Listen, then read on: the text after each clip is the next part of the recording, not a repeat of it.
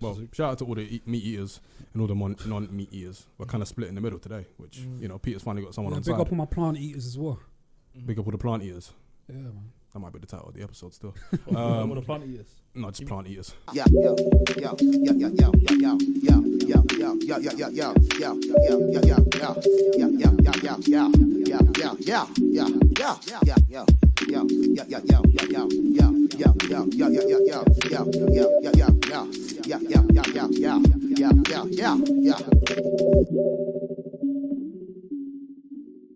What's going on, world? Welcome to episode 50 of the Rhymes Like Dimes podcast with your boys Peter, Yo, Mohammed, You.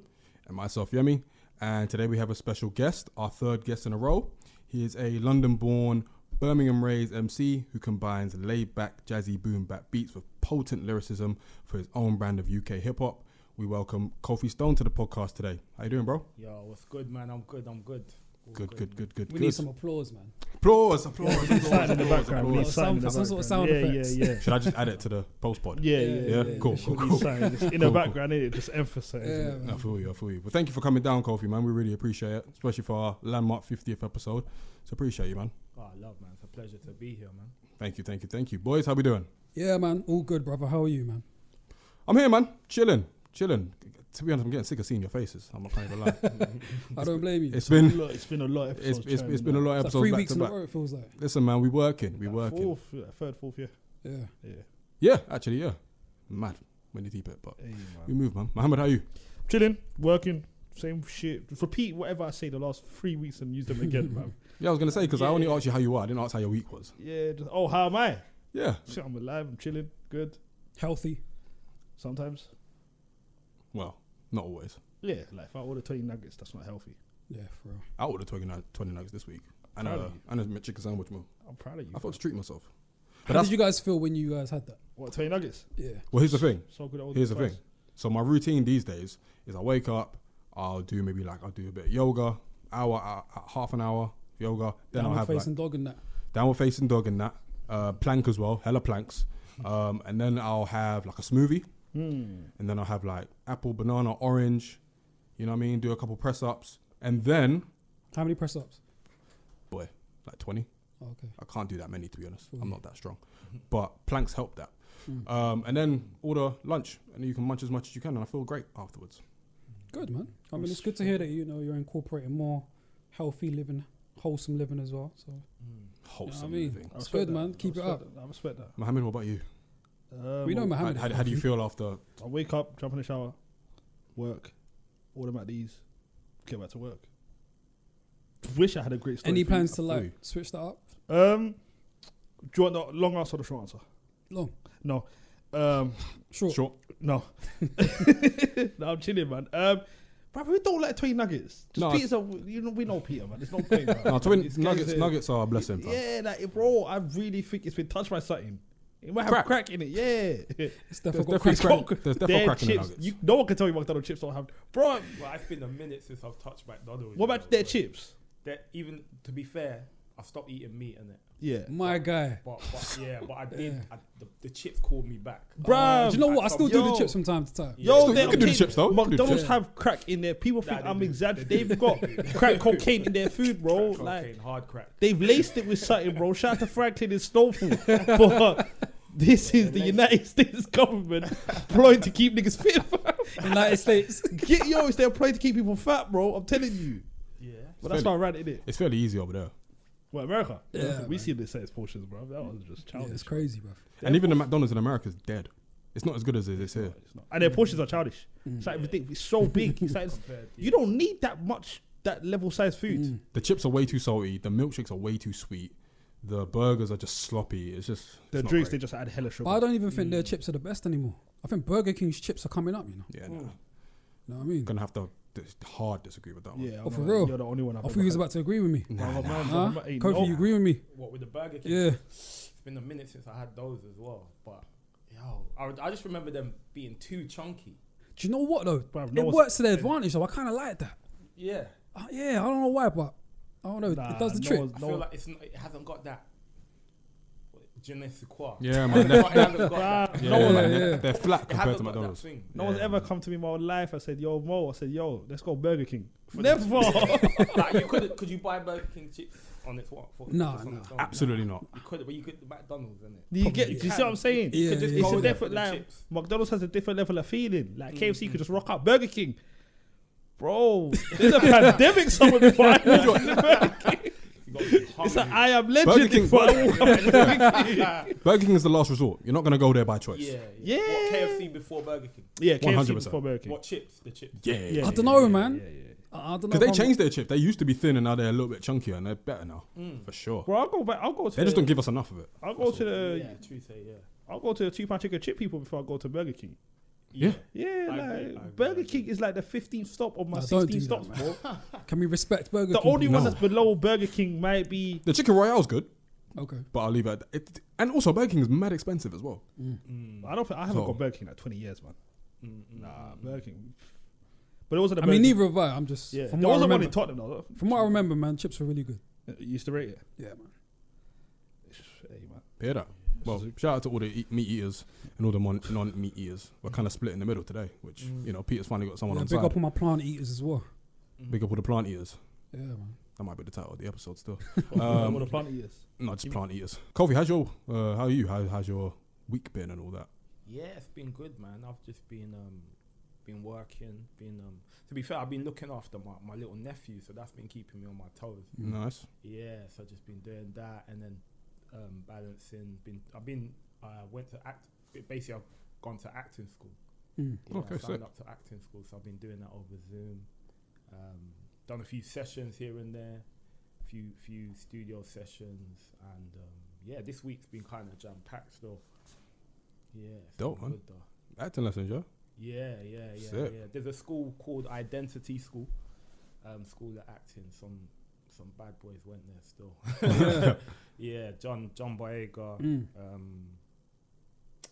Letitia Wright, and you mentioned Snowfall, innit? Damson. went there as Oh, well. sir. Yeah. That's my favorite show on TV at the moment, bro. Yeah, My favorite that TV show. shows. I'm hooked. That's what. Yeah, I'm hooked, man. You're welcome. Yeah. But that's by far my favorite TV show in the world right now, man. yeah. Are you up to date? Yeah. It's I like watched not I even watched giving it time to Nah. let the. I Nah. You know binged. them ones when I you binged, just, bro. Nah, I Yeah, couldn't. man. As soon as they open up the news. I caught it late though, because I only caught it like what 2 weeks ago. Oh yeah. I only So you must you caught up. So with- I what? Boy, that's The- cool. the- I was late too. Mo put me on. I told these man about Yeah. I was like, yo, because I watched like season 2 in a day. I caught up. Mad. I binge watched this and I'm at like, Yeah. and Peter's done the same thing. Yeah, practically. Yeah. Every You- night. you Every practically night. caught That, up. though. It is Yeah, that kind of show. 100%. You can't let it breathe. You Trust can't. me. Yeah, it's cold. It's cold. Just out of curiosity, did you watch Breaking Bad? I did. Yeah. What do you think of season 1 to 3? Season 1 to 3. See, No, why no, don't relax, ask the question like that? relax. That's a setup. Do you know what I mean? Brother, what do you think of season 1 to 3, my bro? I think it's almost like a different. It's different to the The later last- seasons. Yeah. But it's good. It's good because you see the evolution of Walt. Do you know what I'm saying? Yeah. You see how he It's detailed. you see how he had hair. You see how he used to be. How he slowly Became a protocol. Yeah. becomes Heisenberg. But if I say to you, season 1 to 3 is somewhat whack, is that stretch?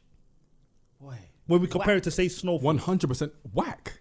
But what's we can't say what's whack. all right? What's Do you know what I mean? alright, We can't. Let's just do this. Let's compare season 1 to 3. Season 1 to 3. Free of Snowfall Breaking versus Bad. You Breaking can't Bad. do that though. You What is can't do just that, bro. 1 to 3. Bro, do you know why you can't do that? Because it's two different times. Do you know what I mean? We're talking about the crack era, bro. Yeah. Like every day I imagine like within that area, in that particular time, was probably fireworks. We're comparing TV shows, bro. New Mexico, Albuquerque. We're comparing TV shows, though. Yeah, but you still have to take into consideration Nah, that one it's is like- based on real life. Game of Thrones is based on nothing, and people say it's the Nah, greatest show bro, of all time. you're not, bro. Snowfall's based on real life, though, man. Yeah. I feel you. I'm just saying, to me, I've just started watching. These man cuss me every day because I think Breaking Bad is ridiculously hell so far. I've only just started it. Yeah. I'm on season 4, episode 5 or You're 6. not into it. This show is trash to me so far. Yo. That's crazy. Nah, I like- think you got. Like, I I'm not wouldn't even gonna, bro. I won't even lie to you. So far, this show, It's not throw doing it in the bin. Nah. Throw it in Throw it in the bin. Yeah, and then See, when you do Breaking shit Bad like that, large. That's why we get onto you. Honestly, make another episode and then throw the episode in the bin as well, fam. Because so it is just like He would hate El Camino. it's so basic, man. Like it's so. For you to say that you eat deep to. Aye, There's but- nothing no, basic but about you need Breaking to, Bad. aye, but then everyone I've spoke to has told me the same thing. Get through season 1 to 3 and then season Who 4 are these and 5. people? Everyone that knows I've watched the show. Oh, Everyone I man. know personally that's watched. You got to Asana. appreciate the little things. Oh, That's man, what I'm man, saying. There's so much details and things that happen. Hey throughout. man, look, man, I'll give back to you lot in 2 weeks, innit? Kofi, have you always wanted to act? Sort of. I just sort of had a knack for it, like earlier on, and I just thought, you know, we're in lockdown, not doing much, so I just auditioned like the start of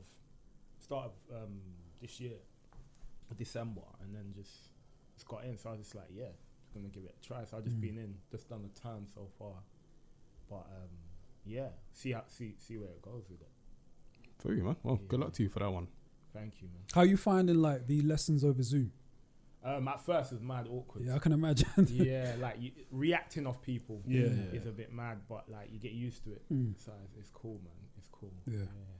Anyway, guys, thank you for listening to our 50th edition. I mean, it's obviously been a ride, 50 episodes. Man, Can you imagine? So yeah, thank you to our Spotify I don't know listenership. how I haven't killed both of you within these first 50 episodes. You kill us. Yeah, man. Okay. Very good. Amazing wording. I'm surprised. I mean, the amount of threats we made to each other about flipping tables and For all that. real. I'm surprised no one's been rolled out on. No fights. No fights. Yeah, A man. bunch of shouting matches. Couple shouting matches here and there. Couple aggressive That didn't make moments. the pod, but it's all good. Couple moments. Yeah, yeah. But it's all good. But yeah, man, it's thank all you for everyone for listening. Shout out to our Spotify listenership, our SoundCloud listenership, our Apple Podcast listenership, our YouTube listenership. And yeah, man, we thank you. And hopefully you'll be around for another 50 episodes. So yeah, formalities out the way. Guys, what have we been listening to this week? What have I been listening to? Little Brother, the Listening album. Listening to that. Bobby Womack, his Understanding album. I listened to West Side Connection, the Bow Down album, which is Ice Cube, WC, and Mac 10. And that's pretty much been it. It's been a slow week musically for me. That's all I can remember. Sweet. Yeah. Mohammed? Because we did so many episodes, it's essentially the same thing, innit? Haven't got through that much music this week. Essentially been the same things. Same recent album, same the Roddies, the Dirks. But other than that, I haven't really been listening to new music. I hear that. Kofi, what about you?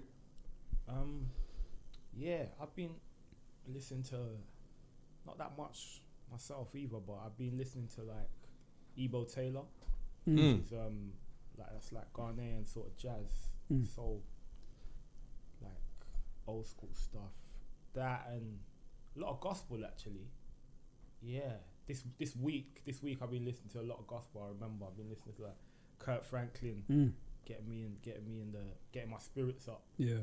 What else have I been listening to?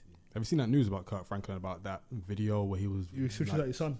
Yeah. Yeah, he mows at he goes nuts at his son. They had a field day with that. Was it that bad? Yeah, I mean, it's just someone curses someone out, but it's Kurt Franklin. Because it's Kurt Franklin. So what, you can't cuss his son? No, I personally think it's plays.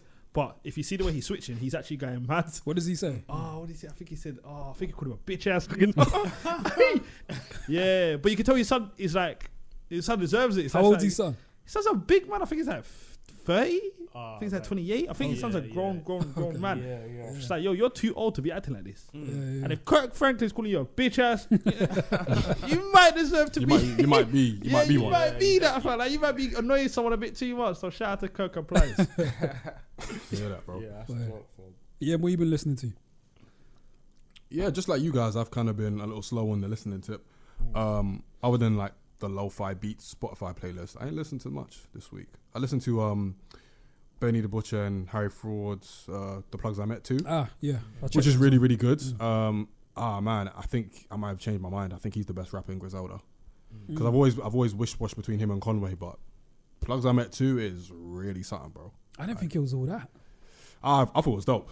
I like the first like 3 or 4 songs, but after that I was there. Thing is, the first song that I heard was the last song on the album, which I wasn't that impressed by, but then the rest of it was just dope. I didn't really care too tough for the features. Like, why is French Montana still getting a feature in 2021? And 2 Chainz is kind of improved, so that's calm. but Has he? a little bit. He raps quite well. He raps better. I mean, you know, we're not going to believe the rumor that he really raps, but you know, he can rap with the right people. Like he rapped on Maya Jules' last album, and I think he rapped on this one. So I thought it was really good. I think maybe where people might think it's not as good as Burden of Proof is because it's coming off the strength of Burden of Proof. And two completely different things, like sonically and all that stuff as well. But I really, really liked it. And you know what you're going to get from Benny anyway, so he just gave me more of that. And that's what I enjoyed. I think it was more so on the production side that I wasn't sure towards like the end of the project. And I like Harry Fraud. He's a good producer, but I don't know. I think he dabbled in the trap bag just a tad on a couple of tracks, and I just wasn't feeling that switch of a flow from Benny. But I do appreciate that Benny's taking those risks though. Yeah, no, it's cool. It's cool. Do your Yeah, thing, man. man. Explore. Do you know what I mean? But yeah, it just wasn't for me. That's fair. That's pretty much me, unless I can't think of anything else. Just like Lucy's, I know Nux dropped a new song, Los Pollos Hermanos. Shout out Gus Fring again. And a couple others as well, like Lord Apex, he dropped a single. And there was one other, Kish Fantastic, he dropped another tune as well. So yeah, big up all them man as well. Without further ado, let's get into it. So Kofi, thank you once again for coming in, joining us. So we just want to take this time now to just get into how you got into rap music, as far as a fan goes, and then as a rapper, your top 5 favorites as well, as far as UK and US as well. So let's start with that one. Yeah. Who are your top 5 UK rappers and who are your top 5 US rappers? Or if you join them together, what's your top 5 saying? Let's say US. Say Nas. Is it no order? No order. No particular order. Yeah. Nas. He's just a GOAT. Talk about it. Yeah, man, boy. He loves Nas, isn't it? That's my guy. That's my goat. Poetry in motion, man. Yeah, man. Jay. Jay's just a whole different beast, man. Like, dude turns up to sessions, writes his verse in his head. That's mad. That's a mad thing to just like not write it down. Yeah, that takes a mad amount of skill. Who else? Lupe. I'm gonna say Lupe. Okay. Yeah, Lupe, because yeah, he's special. Like, I feel like after Food and Liquor, the call was amazing as well, but Food and Liquor just does it for me. Like, that was a moment for me. That was basically my proper entrance into music, really, into hip hop anyway. Yeah, so that for me, that's got a special place in my heart. So Lupe definitely is up there, man. I'm gonna say Kendrick. Yeah, Kendrick's special, man. And what else? I would say Kanye. I'm gonna say Kanye, man. Yeah, Kanye is just Kanye. Yeah, it's just up until My Beautiful Dark Twisted Fantasy, flawless. So, and the whole soundscape of that for me is just perfection. So yeah, Kanye. I mean, as a wordsmith yourself, does it matter that he may not pen all his rhymes? I like to look at it. It does matter, but I like to look at it as, because you've got different kind of MCs, right? You've got lyrical MCs, and then you've got MCs that can make, like, are lyrical, but they're lyrical in a different kind of way, where they make it. It's like a song. It's like in the song structure.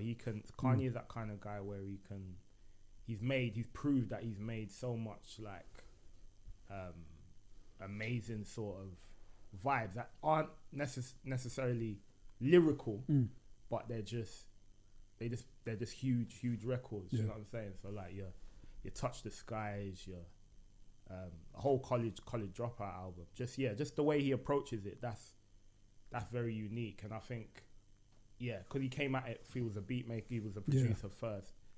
Just the way he marries the two, I think for me, he's a whole different breed of MC in a way because of that, because of what he has under his belt. So like, it's another lane, and I like that it gives other MCs a different lane, because like, I think all of those 5 in their own right have carved out an amazing lane.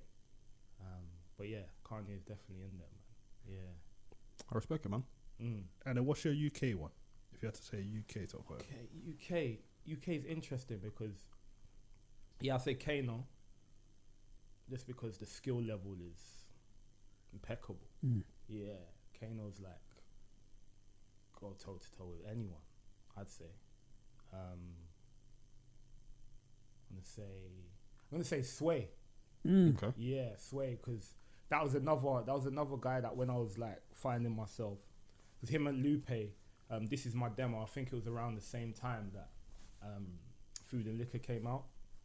Around that time anyway, and those were the sort of that tape that came out was very different to everything at the time, because I remember it being quite heavily grime focused, and Sway shone, in that time, and that was testament to his that amazing project.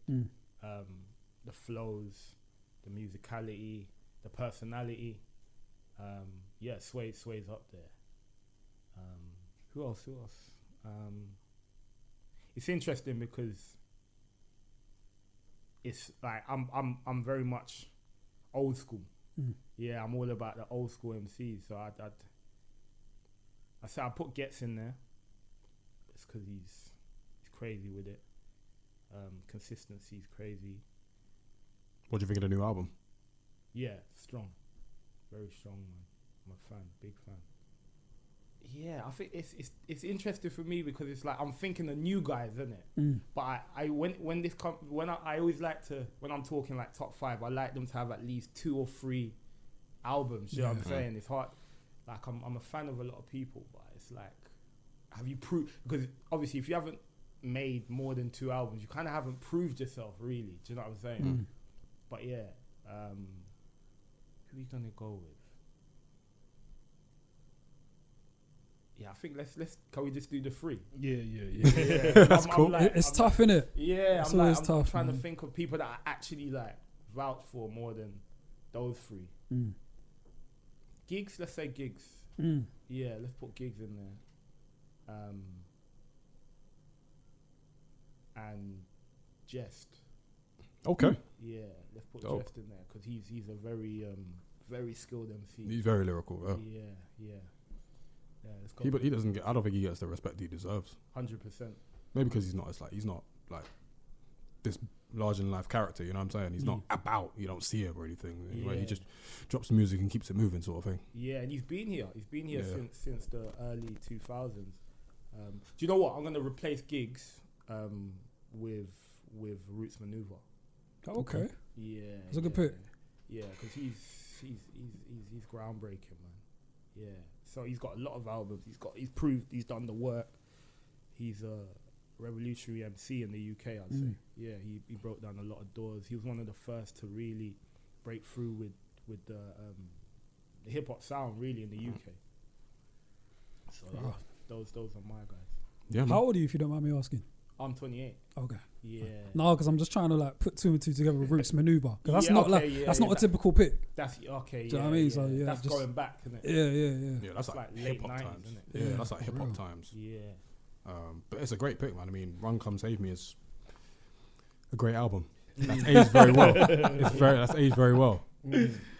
Obviously, I say one word too much, but that was definitely a vibe. You don't want to call it a classic? Huh? You don't want to call it a classic? You know what? Fuck it. It is a classic. I'd say so. Why not? It's aged well, and Witness to Fitness, I mean, it still gets used in adverts, so boy. Yeah, that's going on. But yeah, man, shout out to all those rappers, man. For sure. How did you get into, like, listening to rap music, first of all? Like, how did you become a fan? Unconsciously, obviously, you're listening to it young. But I remember, I think I heard it on Grand Theft Auto. I heard the tune on Grand Theft Auto when I was in year 6. And I think that was the first time I consciously took it in properly. And I think it was Grandmaster Flash. The Message, I think it was, And just literally from then, I was just like, yo, this is mad. And I was like, okay, I just wanted to emulate that around year 6, year 7. And then when I went into secondary school, obviously, like your first year, there's loads of kids rapping. loads of kids just doing music, and like it just made me want to be part of that, almost because that was a thing. But yeah, it was around those ages, 10, 11, heard the message, tried to start writing poetry. To be fair, no, I was writing poetry before that, just because my granddad was a poet, and just kind of wanted to do what he was doing at the time. And then I tried to, when I first heard that song, I tried to like rap my poems. Obviously, like the pockets were all over the place. But yeah, it just started from then, 10, 11, and yeah, since then, just been on it. Do you remember your first bars? Kinda. They were weak. they were weak, man. I don't even know if I could spit them. Yeah, it was something like, I don't even know what. I don't even know. This is who I am, and I'll be like that. So rapid like an MC cat like that. Something stupid. You know what I'm saying? Like, it's a good start, though, man. Not too bad. Like, don't you gotta remember, man's what, 10? Yeah. You're in the pocket for sure. Yeah, maybe because I'm just spitting it now, innit? Because the thing is with rhymes, you can have the maddest rhyme scheme, but you just know how to spit the rhyme in pocket, innit? But like, I probably wasn't in pocket back then. So when did you start like learning about flow and being in the pocket? At what point? I think that was a natural progression, you know. I didn't ever think I'm not in pocket. I just kind of I think from listening to like the kind of MCs I was listening to, I think they took the pocket really serious. So like your Q-Tips, yeah, like Hove, yeah, a lot of guys that took like Buster, that took pockets really serious. So I think I was listening to like these guys, and it just had an effect on me, I think. And I just kind of was like, yo, I took it serious. I think when you listen to a certain kind of hip hop, you just like, you understand it more. You understand how to rhyme a bit different, I think. Yeah, you start to appreciate what those kind of rappers are doing, and then you kind of just incorporate that as well into your arsenal. Yeah, 100%, man. I was listening to all of it, though. I was listening to grime as well. So obviously you're getting the skippy flow, the double time, and that's a whole different thing, but you're still in pocket. So it's like, I think everyone was kind of rapping like that. So it was a combination of two. So, because I had the ear for your golden era, have it be that sort of sound, and I was listening to like your mid 2000s, early 2000s grime as well. So I was getting all different worlds in one and studying it. Yeah. Did you ever want to be a grime MC? I did, you know. I think I kind of started. There's like, I saw a video the other day, because you know, like Facebook does that 10-year, 8-year thing. It's like thinking, flipping, oh man's getting on, you know. Yeah, so like they put up a video of me a few years back. I was in the youth club. I was just shelling off one grime set. It was decent. It was like decent, but it was like, I remember then going to youth club. That was a thing. Grime was a thing. But I still remember I was still doing hip hop. I was about 14, 15, and I was doing that. But yeah, grime was like, was prevalent. I was in what I was doing. Who were kind of like your first real like favorite rappers? Like when you first listened?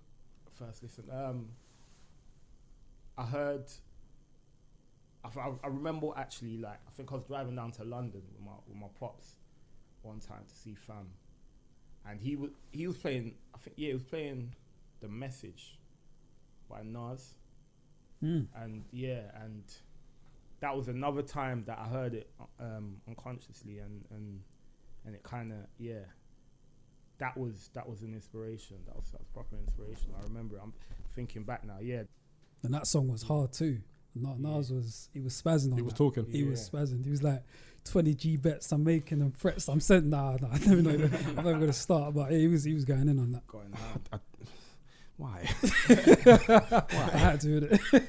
I feel you. I read in an interview one time that you said that, or it was suggested that Illmatic was quite important to you as well. Yeah. Do you still feel that way? Yeah, I think so, man. I think because of the poetry and the way he's approached it, the way he's like the metaphors. I think it's important to me because of the soundscape and how he's kind of got like a jazz soundscape. He's infused the jazz with hip hop. Obviously, in the world that I'm in, I've sort of took that approach. So it's like there's not much albums to go off that make sense to people. Like that will make sense to other people when they look at me. Do you know what I'm saying? So it's almost like, okay, so where does this sit? What you're doing? Where is it? And like you can always go back to like mostly it's Illmatic, and there's a few albums that are important, to be fair, that show people exactly where I am, where I sit. Do you know what I'm saying? I hear that. So where did you start taking like rapping seriously, and you thought this is something I actually want to do with myself? I was 11. Yeah, I was 11. Around that age still. Wow, that early. Yeah. That's when I was like, I want to be a rap star. I think. Trying to think what I saw. I think it was like I saw like Little Bow Wow, shit like that, and it was just kind of like, yo, it was more glammy and that. But yeah, I was just kind of watching music videos and kind of had its effect on me. Yeah, so I'd say from 11, that's when I was like, yeah, I want to try and do it. But I think like serious, like take it like really serious, probably like midway through school. Yeah, where I was doing like talent shows and things like that and getting a bit of love from it, and you kind of saw that people were kind of taken to it a bit. But yeah, so like year 9, year 10. But what about the influence of like other genres of music? Because I know you mentioned that you had been listening to gospel. How important was that in developing your style as well? Yeah, I think that allows you to bring in other elements and like you kind of understand other genres, and it's really good to study other genres as well and then incorporate it back into hip hop. I think you kind of get like a richer sound, a bigger sound, depending on how you do it, obviously. Yeah. Because in a sense, that's kind of what sampling is. Yeah. Really, they're taking elements and doing that. So yeah, I think it was really important to do that, because like in my household, it's quite, because my parents are split up, but like in my pops' place there was like a lot of like soul, like old soul blues, like King Cole's, Nina Simone's. Yeah. So like I was like listening to that a lot, and my mum was kind of, she was interesting. She actually liked a lot of pop. Yeah, she liked a lot of pop. So I remember listening to like a lot of pop, like growing up, like your Gabrielle's. Yeah, she was kind of like new school at the time. Obviously, she wasn't listening to like your classics and that as much. So I had that kind of soundscape where it was very much about the chorus and that. So it was an array of different sounds. But obviously, I found hip hop as well, which I was able to bring the three together. Really, the soul, the pop, and the hip hop. It's a lot of like the storytellers as well. Listen to a lot of great storytellers. So that's what I really took that really serious. So even like storytellers in different genres of music can affect how you kind of pen as a rapper as well. Yeah, 100%. Because it's like you see how they're doing it, but then you do it in your own way, which is important, man. Yeah. No, I feel you. 100%, and I could definitely tell that storytelling element in your music is very, very important to you, because you execute it well as well. You know what I'm saying? So you can tell that there's a lot of craft into telling the story as well. And as a nod to like the Nas's and stuff and the influence you've just mentioned, you're very much paying homage to that. Yeah, man. I respect the sound, man. I want to try and do as good as I can with it, level up on the next one. it's all like real stories. Mm. So it's I take from experience that the process is very, very real. So and honest, because like going back to my tape, I was all the stories happened. Mm. So I felt that. yeah. It felt very honest and earnest. Do you know what I mean? So I could feel that connection. Yeah. And it's very relatable as well. So You know what I mean? So yeah, I could tell that it was coming from a place, it was a very soulful place. yeah, Yeah. man. That's kind of what I do. That's why it's difficult for me to just write about anything. Mm. Yeah, I always have to write. It needs to mean intention. something. Yeah. Yeah. Saying that though, is it difficult then to kind of relive those experiences through your bars and through your music? It can be, but if it's something that like had a real effect on me, I'm able to just conjure that up quite quickly. Yeah, because I can just jump back into that feeling or how I felt in that moment, and it just kind of flows. Yeah, everything that kind of needs to be said, because I know that my story is someone else's story. Mm.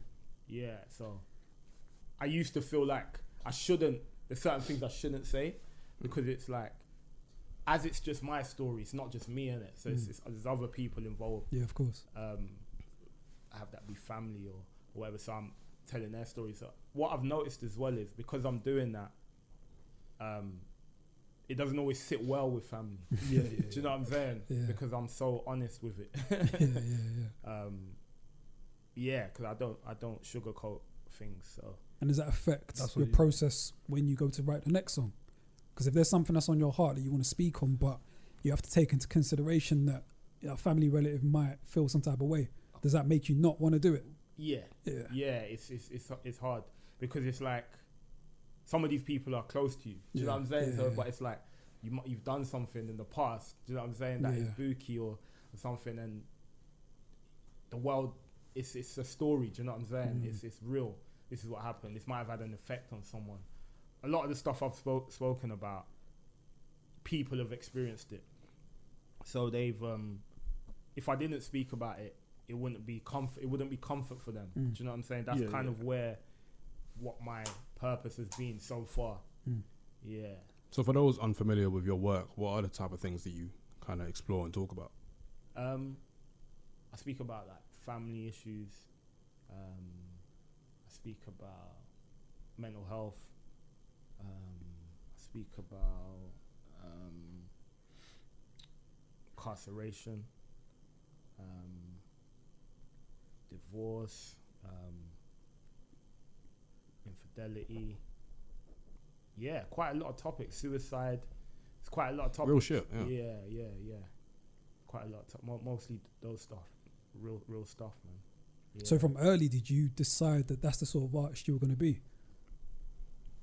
Because sometimes I can understand when you're trying to find your sound, find yourself, you kind of then are trying to decide what type of artist you're going to be, whether it's just talking about things that aren't of substance or things that are of substance. Because from early, did you realise that you were going to be talking about things that were heartfelt? I think so, yeah. I think I started off with that in mind. I sort of was very conscious of how I approach it. I didn't want to be, I didn't want to just be the guy that kind of raps about nothing. And I think because I started like that, I just carried on. But I've always been like that since the start. Yeah. So your project, Nobody Cares Till Everybody Does, was that your first proper full-length project? Yeah, that was the first full-length, man. How did it feel like making it and then seeing people's reactions when it was released? It was nice. The process of it was long, because I had the name and I was like working towards it, and it was just kind of not coming. Like, it just wasn't coming. I was getting annoyed. I was like, yo, need to get this out, because like things are happening and we're getting like a lot of pressure put on us. Like, oh, where's this tape? You're talking about this tape. Where is it? Had you been talking about it for a while? Yeah, basically, I was speaking about it for a while because I had the name. I had the name before I had most of the music. Nobody Cares Till Everybody Does. So yeah, I had that, and then I was just like, I think I had like some tunes out, but I kind of didn't have basically any of the project. And then I think like maybe like a year on after releasing like a few tunes, it just kind of just came like a flood. And then that was it.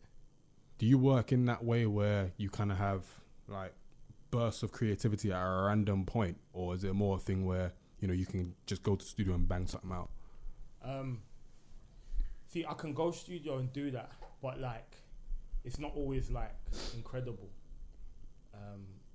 But I normally have like a moment, just like a moment in like, I feel like I feel it's divine, isn't it? I feel like it's like that moment there is a special moment where you can, I don't know, like everything just comes together.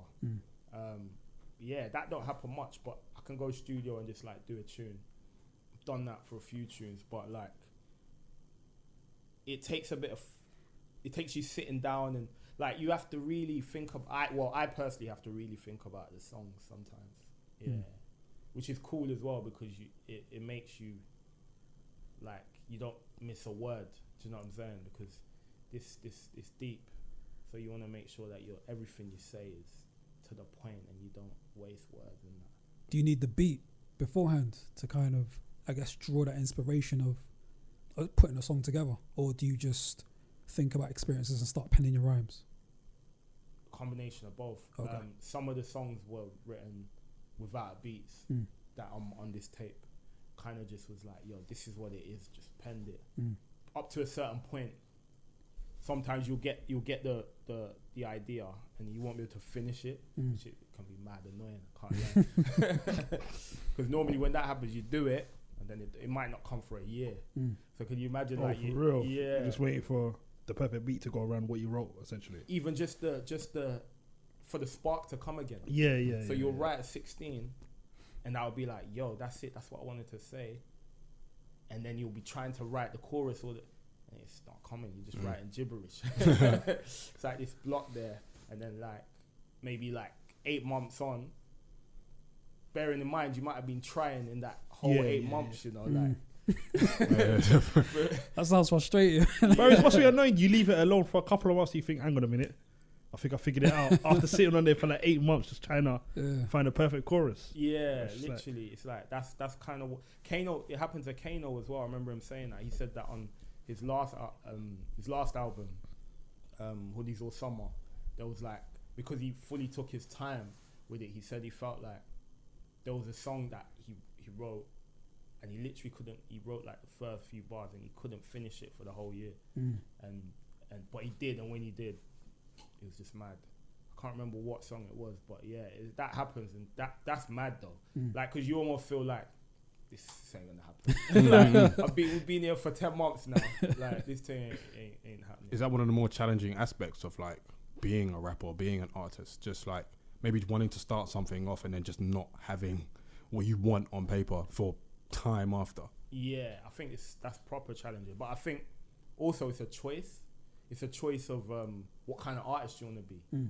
Because you can be the guy that, if you learn how to talk maybe like crud or like have the bravado well, you might be able to do that easy. And you can just flourish in that. Yeah. So it's a choice. It's like, what do you want to be? But I think when you're trying to be the deeper guy, it takes a lot more thought. On a song like Busker Flow, is that one of them examples where it took a while?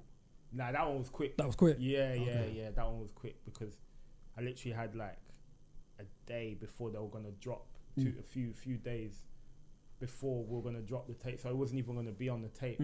Yeah, so, but I just like looked at my phone and there was this beat from my man Pitch, big up Pitch 92, and it's like, yo, this beat's hard. I feel like this could be something. Yeah. So I just literally just started like freestyling it, and then I was like, nah, the energy on this is mad. So I was like, let me just finish this, because I think I was kind of coming from a bravado sort of place. Do you know what I'm I saying? felt that. Yeah. Because when I was listening to that, I kind of felt like this was kind of you saying, yo, I'm better than you. Yeah. Do you know what I'm saying? Yeah. Especially where like you're weaving in and out with the flows as well. Yeah. That was kind of like, that's exactly what I was getting. Yeah, that kind of was the vibe, and I think I want to do some of that more still. Yeah, just cause like it's fun. It's fun to do, and just talk your shit sometimes. Yeah. You got to do that, man. Yeah. But yeah, I think it's important to do it as well. What about a song like Frozen Hearts or Dirty Air Forces? Are they kind of more challenging songs to like write? Yeah, Frozen Hearts for me, I think is a bit more technical in terms of the lyrical density. That was like I kind of got some of it, and then it was in 2 parts. So I think I got half the song, and then I just came back to it. Not a 10-month thing. It was like a shorter one with that, which I was happy about. Dirty Air Forces was literally just an idea where I just was just like, it's not always about material things. Yeah, and I was just like, okay, how can I make this like a metaphor? And I just kind of had that concept in my head, and then I just wrote the hook, and then I think I wrote the verses, kind of wrote the first verse, and then another time wrote the other 2. After Hours, I needed that to be longer. Yeah. Yeah, man, I needed that to be longer. Yeah. Because that was chatting to me. Yeah, I mean, but no, I like the song though, but I wish it was longer. Yeah, I hear you, man. We have to do a remix. Yeah, please, man. Put that out. Yeah, that was effortless, isn't it? Yeah, that one kind of was, because it was like a real moment. Yeah. How did you link up with Loyal Kana? Okay, so Loyal, I bumped into Loyal in 2014 in Glastonbury. I was in some competition thing where I got to the finals, and they allow you to perform at Glastonbury. Yeah, and then because we're on the same stage, I just saw him afterwards, and I saw his set was cold. Started chatting to him, and was like telling him what I'm doing and that. And he was like, "Oh, sick," and we just started chatting from there. And then a year later, I think I shouted his guy Rebel Clef. Yeah, that cold producer. Yeah, shout out to Rebel Clef. Yeah, Rebel Clef, good people, man. Yeah, I just started doing bare sessions with Rebel, because me and Lil weren't really like chatting like that. I just see him like on and off, and then a couple of years went by, and then we're just chatting like on and off, like now and again. We'd send stuff like all of that stuff, kind of as you do. And then I just had this tune. It was actually Rebel's beat, because Rebel, I think Rebel had give it to Lil before, but he kind of, I don't know if he passed on it but yeah, Rebel had the beat, and I think I took it, because I took quite a few of his beats and I just had them, and then I just wrote to it, and then I had a voice note of it, and I just sent it to Loyal, and he was like, he loves it. I didn't hear anything from him from a while, so I thought, he loves it, but what? And then he, I think like maybe like a few months after, he jumped in the studio, and then he just laid his verse over it, and then I came down from Brum. Literally, I didn't know what was happening, because he was like, I'm at the studio now. He didn't say he was laying anything. I was like, okay, so I'm still thinking, so am I coming all the way to Brum just to sit in the studio, or is this gonna happen? And then we got there, and he was like, it's done. I was like, sick. Yeah, so that was that, and then just since then, that was probably like a year or 2 ago. Since then, we've just kind of been cool. Yeah, chatting a bit more now. Yeah, chatting a lot more. Yeah. In your opinion, like, what are the main things about yourself as a rapper that you've learned throughout your journey so far? I think I've learned how to be patient as an MC, because it doesn't come when you want it, when you want it to. Depending on what you want to say. Also, I've learned that you need to work, like you need to put in a lot of work, like you need to like write at 16 every single day, even if it's not hard, because it's almost like a muscle, like doing it. Do you know when it's not hard?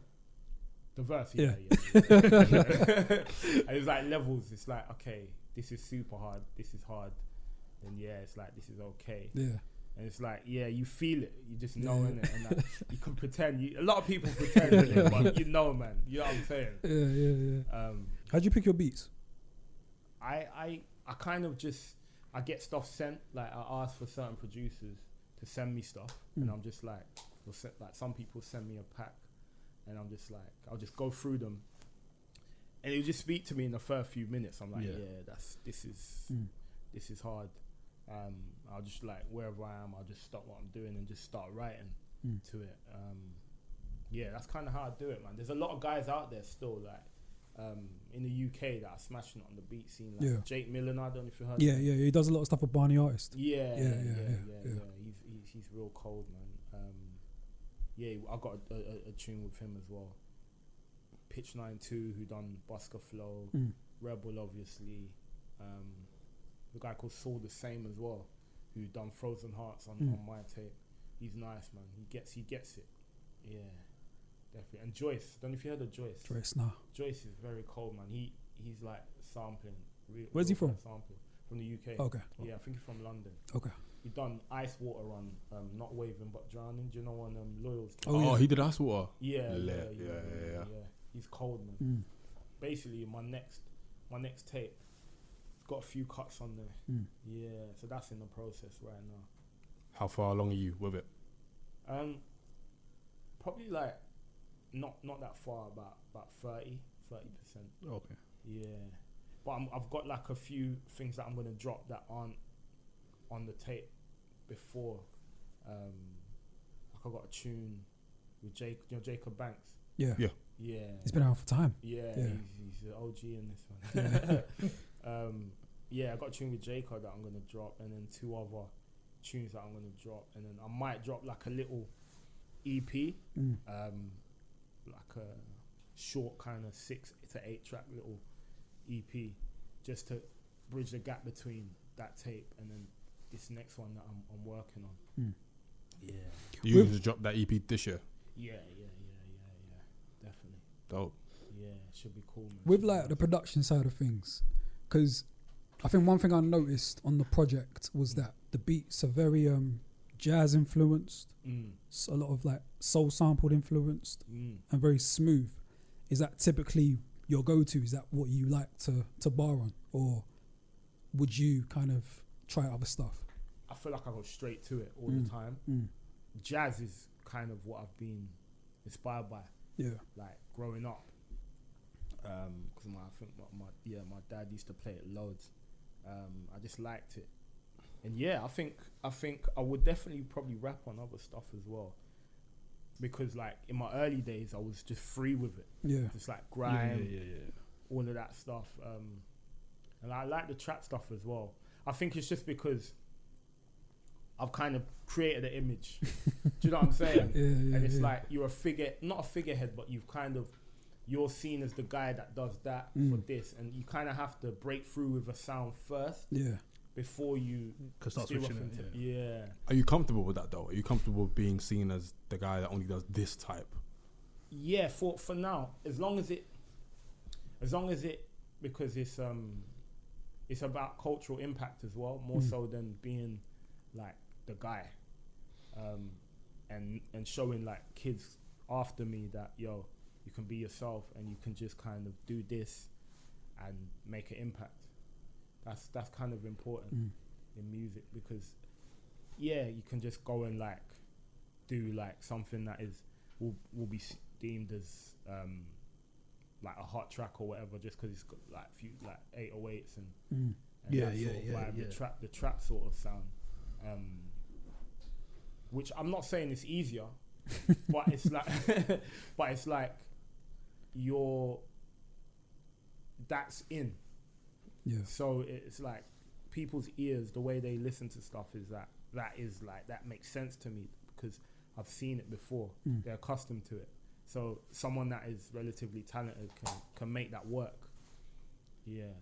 But I kind of gravitate towards jazzier stuff, and I enjoy it. I enjoy it, and it feels more of a challenge though. In what sense? As much as I enjoy it, it feels more like I'm thinking about it a lot more because I've seen all the other guys do it and how they've done it, and I know where the bar is. Yeah. So yeah, it's interesting, but I definitely would be open to doing like other stuff at some point. Does that mean Kofi Stone on drill? Drill, wow. I mean, I'm halfway joking, but eyes emoji. I might have to alias. I might have to alias that one. Feel you. Sophie Cohen. I'm sure it'll be fun though. I'm sure I enjoy it because I just love music. So it's like, yeah, but that would be a curveball. That would, if I was just to like, that would be a curveball. Yeah, I wasn't expecting that. Coming from like Brum though, how have you been received in London? I feel like being taken in as like almost like a Londoner. Yeah, I think it's because of your accent as well. Because we said that there's no, I can't. If you were talking to me now, say this whole convo. Yeah, I don't think you can spot a Brum accent. Do you know what I mean? So it's maybe the social bias that maybe Londoners might not have or something. Yeah, like I said, if the reason why it might not have affected you is because we look at you as a. Do you know what I mean? Because of your accent. I feel so because in the music as well, you can't really tell that I'm from Brum. Yeah, so I feel like people don't, when they hear me, they're like, yeah, he's from East London, like he's from somewhere in London, so they feel like he's just my boy. I think that's like played a part. I think because I surrounded myself with a lot of like London dudes and people that were doing music from a young age. So like because I remember doing like loads of stuff like in London when I was like real young. Used to come down and do stuff on like Channel U at the time. Yeah. So like I was coming down from an early age and just centering myself in London. So I just had that kind of mindset and I kind of built links, and I think people just knew that. I feel like when you're outside of London, if the music's good, they kind of just, it doesn't feel like it's from somewhere. Like it doesn't feel like they're an outsider, because it's just good music. Yeah, so I feel like if you're an out-of-towner, then it's just really about how good the music is. Because we had a conversation about it, and we were saying that MCs that are not from London have it a lot harder. Yeah. And we wonder why people from London, I guess, receive them differently. Yeah. Or it's harder for them to break London. Yeah, I agree, man. I think you have to trick the people. Do you know what I'm saying? You have to trick the people to be like, or like, this doesn't matter. Like, it does. If like you have to go on like, it fully doesn't matter that I'm from Brum. Like, hail up your city, but everywhere else, as long as the music's hard and you're coming hard, then I feel like they'll take to you, man. Like, look at your slow ties. Yeah. And obviously you carved out a lane, but yeah, it's proper important to just be yourself, man. I think people see through that. Yeah, people see what's authentic and what isn't. 100%. Yeah. Yeah. And how have you been received in Brum? Quite well. Yeah. Quite well. Like, more recently though. Oh really? Yeah, more recent, like the last year. Yeah, the last year it's grown. I say year, but I feel like 2020 didn't really happen. Nah, that was done. Yeah, it just like, it didn't. Let's say 2 years. Right. But yeah, so we did a show 2020 March, and that was like Brum sold out quite quick, and I wasn't expecting that to happen because I was like, Brum's always just been quiet. Like, I've always been getting like love here, and then not really in Brum. That's surprising. Yeah, that's really surprising. Yeah. I think it just hasn't caught on because they kind of, depending on how you move, they just won't see you. But like, yeah, it's almost like you have to break London and then they see. That's really surprising. Yeah, it is. Because I wouldn't have expected that. Do you think it's got anything to do with like your style of music? Because I know Brum is like very heavy on its grime and stuff like that. So when that's making so much noise, maybe it kind of drowns out a lot of other things. kind of sound. I think so to some extent. I think there isn't really a scene, or there is a lot of people that like hip hop in Brum, and that sort of hip hop. But I just feel like they haven't been exposed to it, and there's not really much infrastructure, and there's not really much going on in Brum that allows you to see artists like myself and doing their thing. So it's a bit difficult, whereas like in London you got so much going on, so you know that this guy's here, like, you know, like the whole scene, which is at the moment I must say is really good. The underground sort of like rap scene, you got like a lot of guys, a lot, like it. I say old, but I just say like, what isn't in the mainstream? There's like a lot of guys bubbling up, which is like exciting, I think, and I feel like everyone's themselves. Yeah, so it should be interesting the next like 5 years with that. But Brum's it's now, they're now kind of catching on a bit, I can see. And I think also that's partly to do with myself as well, because I didn't scream Brum. Okay. Yeah, so, and obviously you got that thing, as we said, about me sounding like I'm like I don't sound like I haven't got a Brummy accent. Yeah. So I think maybe people might have heard me and been like, yeah, he's from London. And then not felt that, he's one of us. Yeah, like, do yeah, you know what I'm saying? Yeah. But I mean, you shout it out on like tracks and that. So Recently. Oh, okay. Yeah. So like, I feel like after that, that's when people were like, okay, you from Brum? Yo, yeah. That's back him sort of thing. Yeah. Only on this tape. Okay. So this tape that dropped in end of 2019, December. Okay. Whereas before that, it might have not been as consistently mentioned. Yeah. Yeah, and I guess it's a thing where if you don't say it, then how are the people going to know, sort of thing, which makes all the sense in the world. I suppose it's a thing where the community of heads like yourself and people who make your kind of music appreciate that. Yeah. It's obviously stronger here, and maybe it just takes a little bit of time, or it's going to take a bit of time and Brum for it to get to that sort of level. Yeah. And maybe you'll play a big role in that as well. Yeah. Because there isn't really much of that. There's a few guys like Lady Sanity, I don't know if you've heard of her. Yeah, she's hard. Yeah, tremendous. She's cold, very cold. She's on High Focus. Dope. Who else? That's kind of it. Like for like rappers. Yeah. But like, when I say rap, I mean like my sort of sound. More the better. Can you see more of them popping up anytime soon? Are you seeing it now? I'm not, you know. In the last like year or so, I haven't really seen anyone that's on that vibe, really, which isn't the best. But I think there needs to be someone big. Someone needs to be like, someone needs to blow or like have success in that vein, being from Brum. Yeah, to see what they can say from. Yeah, what they want to do. Yeah, even from London as well. I was gonna, because there's not even that many. There isn't. Do you know what I mean? That many rappers that make your style of music that. So everyone would want to chase an easy win. Not an easy win, essentially, but what is kind of the formula that's working. Yeah. So if that's the formula that's working, I might as well go for it. Until they see someone really win to a certain extent. Because apart from like Loyal, yeah, I'm not really sure who else. I mean, they're kind of doing their thing. Barney's doing his thing. Oh, for sure. You know, a couple others like Manic MC, Ocean Wisdom. There's a few, but they're very much in their own lane, and they kind of carve out their version of success, whatever that may be. So Loyal is a successful rapper. He also does his cooking school, and you know, Ocean Wisdom does his Guinness Book of World Record stuff. So there's different levels of success in that field. It's not necessarily like the mainstream's version of what success is. And I guess that's a good thing about those types of artists, because you then get to define what success is for you.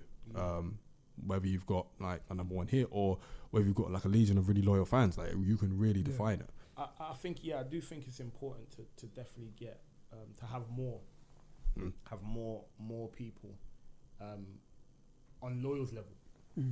So like, because if you look at in the mainstream, you got Skepta, you got Stormzy, you got Dave, you got I don't know, and then you've got maybe a subgenre of that, like your Digga D's, your Most Turks. Yeah, these guys. So you got all of those guys. Like low, the numbers are like you're talking like 10 to 20. Yeah. Central Seas, he's another guy that's just, you see, he's just kind of just because of the infrastructure that's there, it just allows it to just.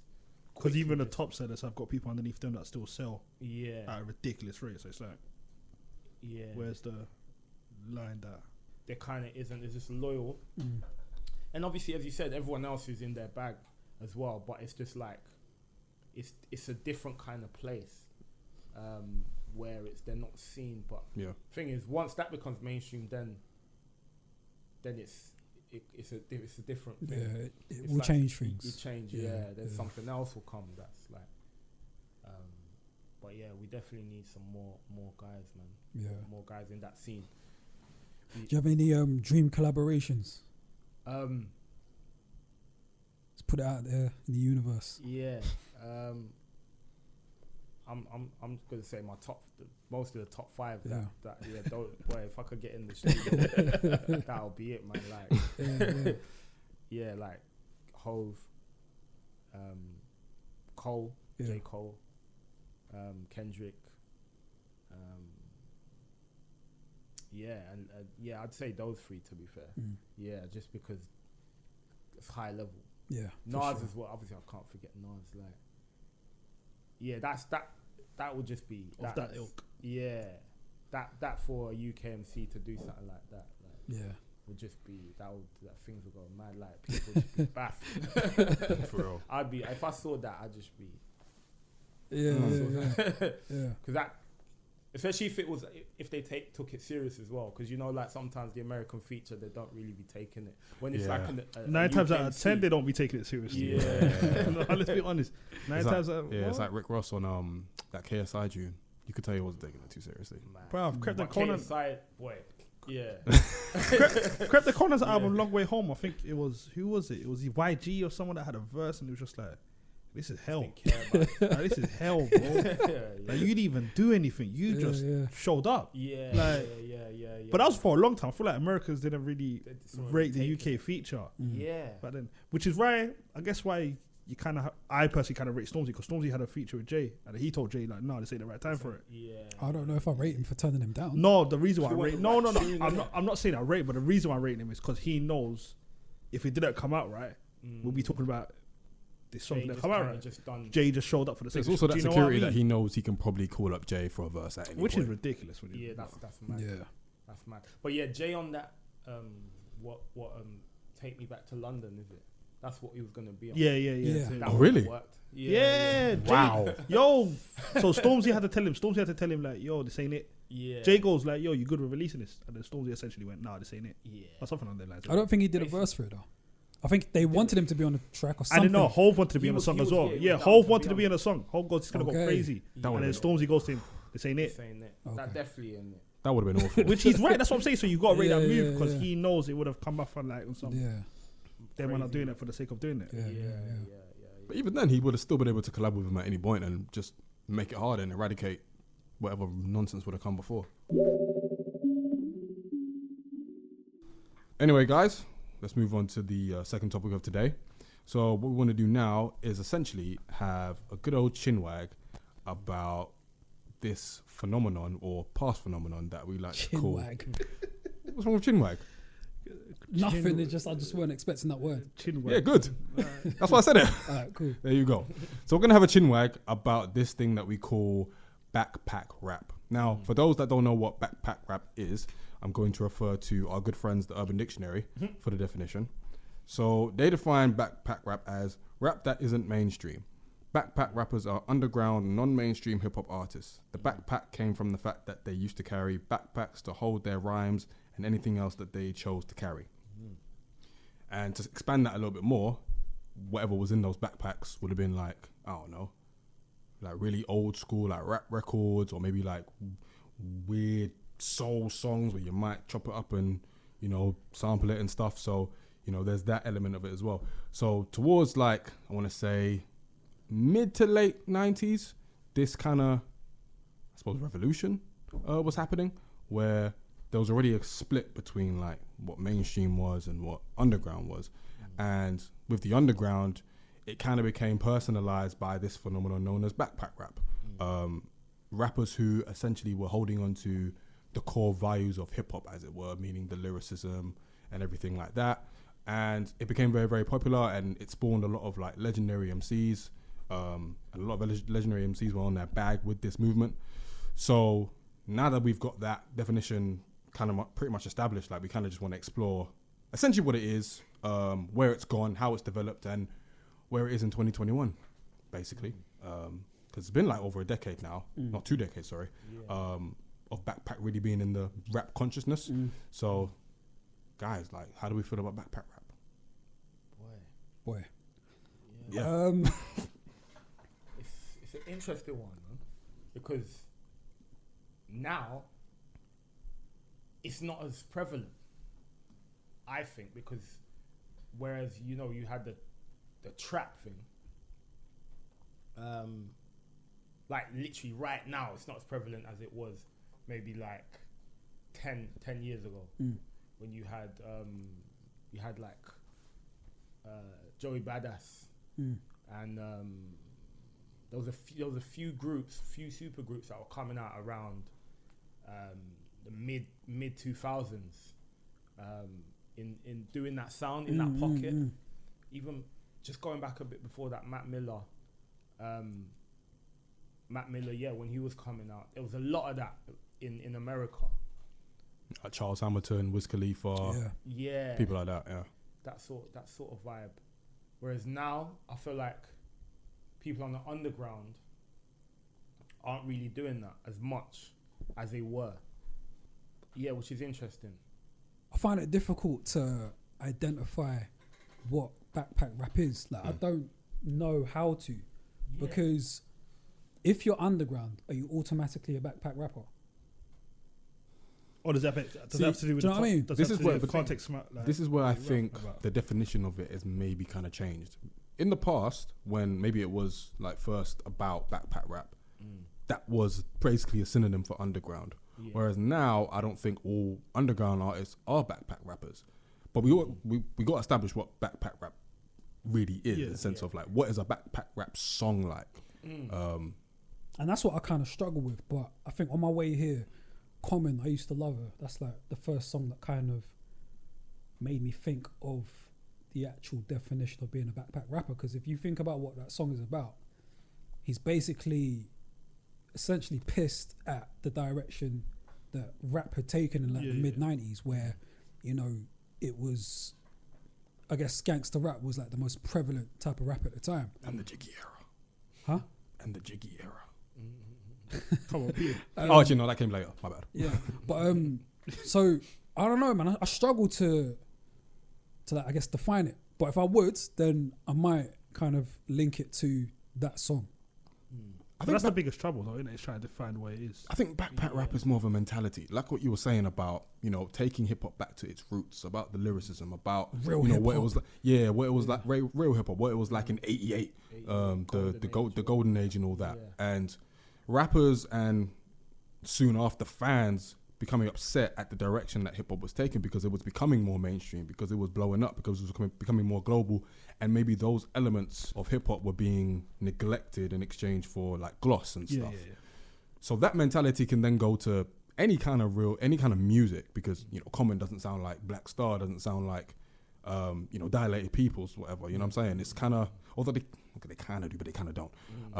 So it's more or less like, I feel like anyway, a mentality to where we're trying to take hip hop back to where it was, sort of thing. And that then just umbrellas itself to loads of different types of sounds, I'd say. Even though the sounds are still kind of like jazzy, kind of soul sample-y, boom bappy sort of stuff. So there's definitely a common theme, but I think the mentality overrides that generally. But is that common theme because those artists were doing the rap over that production? And then I guess anybody else that was kind of from that cloth would do that as well. So then we kind of just place that on, you know, the backpack rap start kit. Yeah. Like Fisher Price, I think so, because the type of music that they were influenced by was the real hip hop that they claim was getting lost. Yeah. So naturally you're gonna do those sort of stuff. Like, you know, if we think of like the Black Star album, that's very much like boom bappy, you know, kind of soul sampley sort of stuff, and that's very much reminiscent of what was going on a couple of years before. And in the like the new golden era of like hip hop, which is like the early 90s to like the mid 90s or the late 90s. So they're already influenced by that, and that, in a sense, as that became less popular in the mainstream sense, it kind of took on a new life with this new generation of MCs that would then take the mantle and incorporate this real hip hop element to it, sort of thing. Is it more the fans or the artists themselves? It was the artist to begin with. It was definitely the artist to begin with. Like, even Nas, hip hop is dead. And he's not a backpack rapper, but, you know, it's a mentality that has stood the test of time in a sense. So I think the fans aren't necessarily going to... I feel like the rappers are just acting on whatever the fans are feeling, but I do feel like with backpack rap, the rappers started that mentality because they saw where it was going, and they saw, and where they saw it was going, they obviously didn't like it. So they carry this mantle now of like, yo, we are going to be the saviors, because that's essentially what they thought they were. They thought they were the saviors of hip hop. They thought they were going to maintain the foundation and stuff like that. So yeah, I think the rappers started it for sure. Because then they just rap about it in their lyrics, like, and they still do in a sense. Like, I was listening to, I think it was a couple years ago, I was listening to, don't ask me why, but I was listening to a new Digging in the Crates crew album, and Lord Finesse is still talking about, we don't do that mumble rap, trap stuff here. So there's still elements of that. Yeah, I don't know, man. I still don't know how to define it. Do you get what I'm saying? Yeah, because it's just so hard to, it's just, to me, it's just so hard to define. Yeah, like the soundscape of it. Yeah. Do you just define it by the soundscape? Because is it like, because you could say, to me, my first thoughts are like boom bap. Boom bap kind of drums, traditional kind of drums.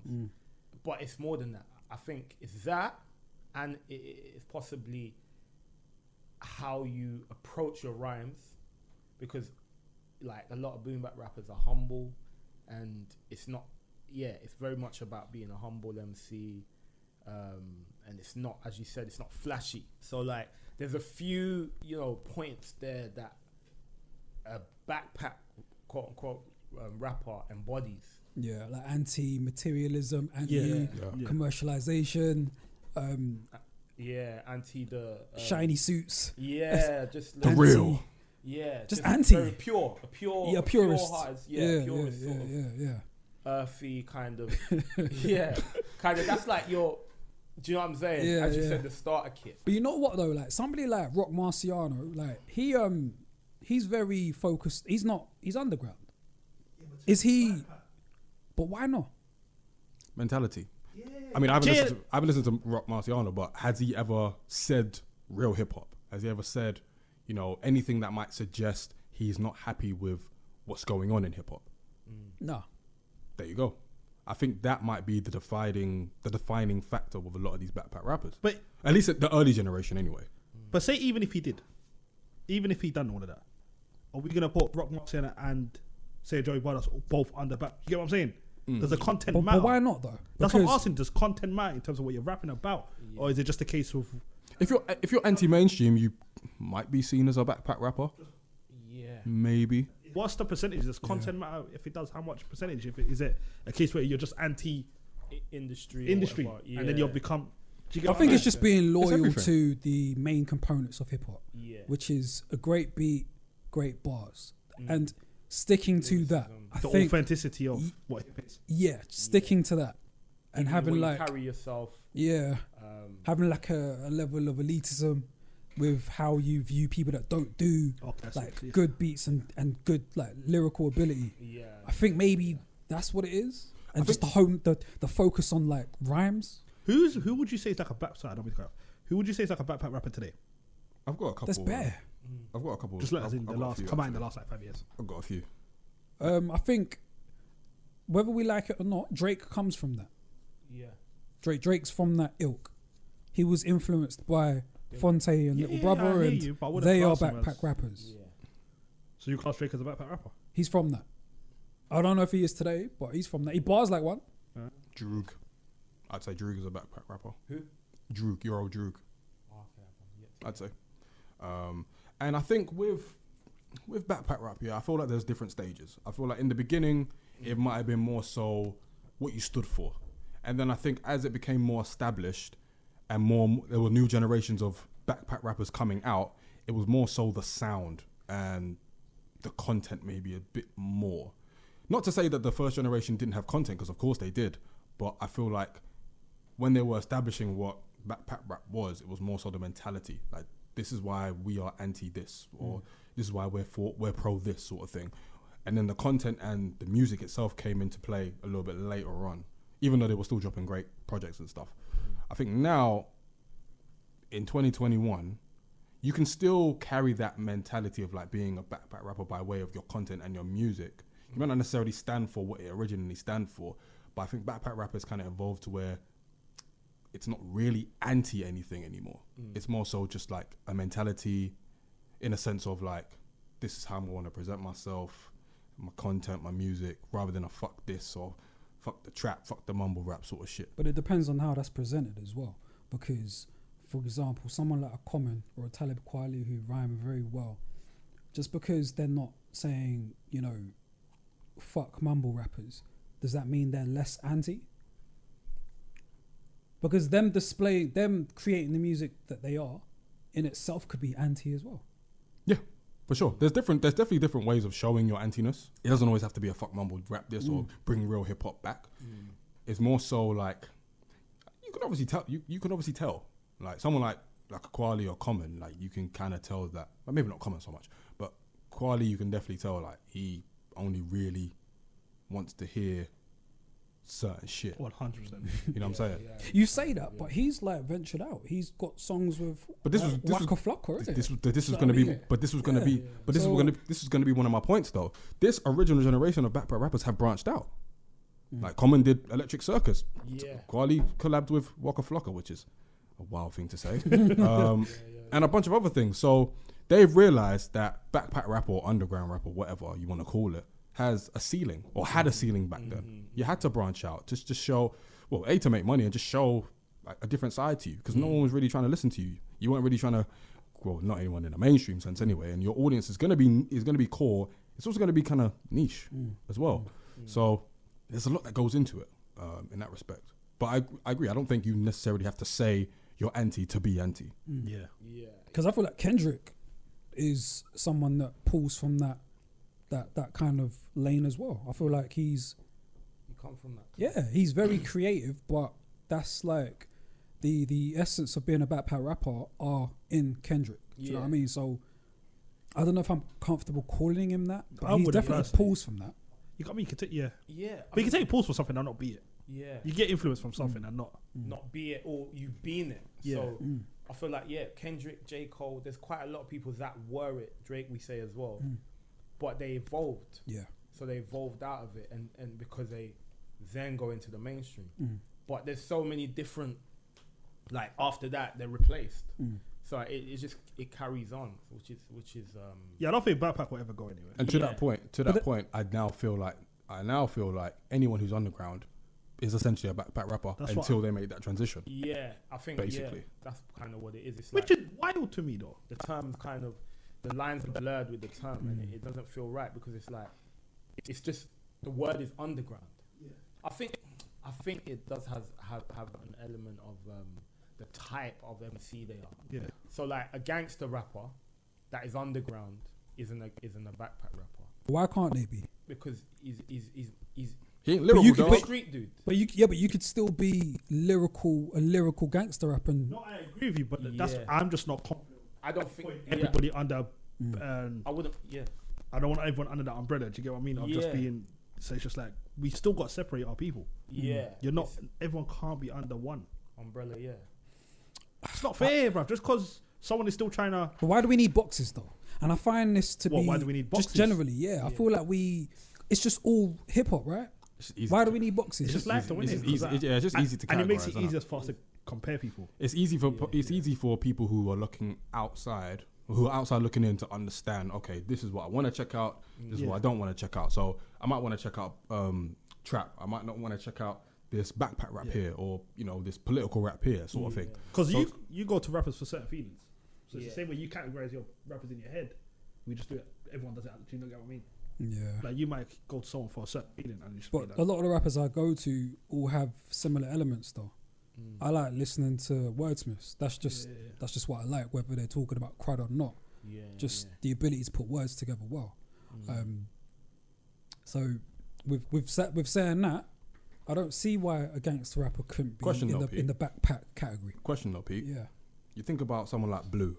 Yeah. And then you think about someone like who's an underground gangster rapper that you would know. I think Rock Marciano's underground. But let's pick someone else. Okay, cool. No, he's perfect. All right, cool. All right, cool. You look at Blue, you look at Rock Marciano. Who in your mind is more of a backpack rapper? Blue, but that's because of the content. There you go. It's definitely I think nowadays it's definitely the content. Because backpack rap in itself has become something that is topical sort of thing. Yeah. And what do backpack rappers do? Obviously they're topical and they talk about shit, but they also like rap to rap a lot as well. So there's that element of it as well. Even though Rock Marciano does too, Blue just does it in a way, maybe he does it more, or maybe he just does it in a way that's more alternative to what Rock Marciano's talking about. And that's another thing as well, like alternative topics, whatever, are important. Alternative to what though? Because there isn't like this, there's not like a fucking list of things you must talk about to be a rapper. So alternative to what? Drug rap, gangster rap. But that hasn't always been the mainstream of hip hop though. Like, I feel like when hip hop first started, essentially it was underground. Do you know what I mean? And there were gangster rappers that when they first started, they were underground too. Do you know what I mean? So I don't think the drug talk is automatically a mainstream thing. I think it's just something that developed over time when street man started coming into the culture. Yeah, it became Do you know what I mean? popular. It was But just who we categorize as alternative backpack rappers more often than not aren't talking about that sort of stuff. Are they? So there's that element of it as well. Not to say that there should be a division, but there clearly is. Yeah.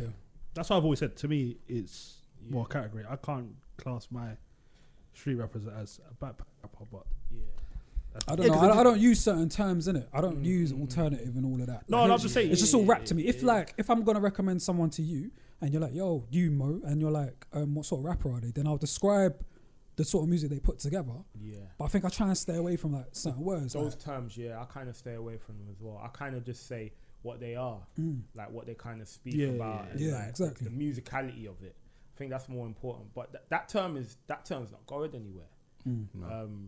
And there's always been underground. There's always been backpack rappers. But I think that, as going back to it, it's very much about, like, it's what you think of. Like, for example, what do you think of when someone says backpack rap? Like, what's your first thought? Lyrical. Yeah. And either boom bap or jazz. Yeah. Or soul influenced. I feel like samples. Yeah. That's what I think of. Yeah.